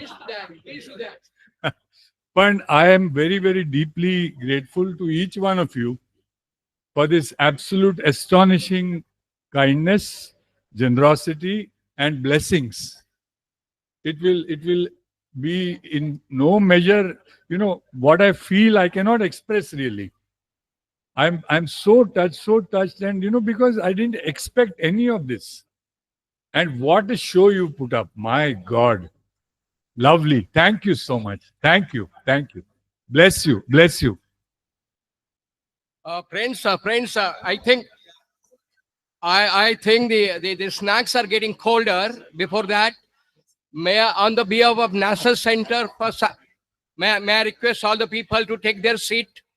Please take your seat, please. Pav Bhaji is getting colder. You want to get it more colder? On the behalf of National Center for Science Communicator,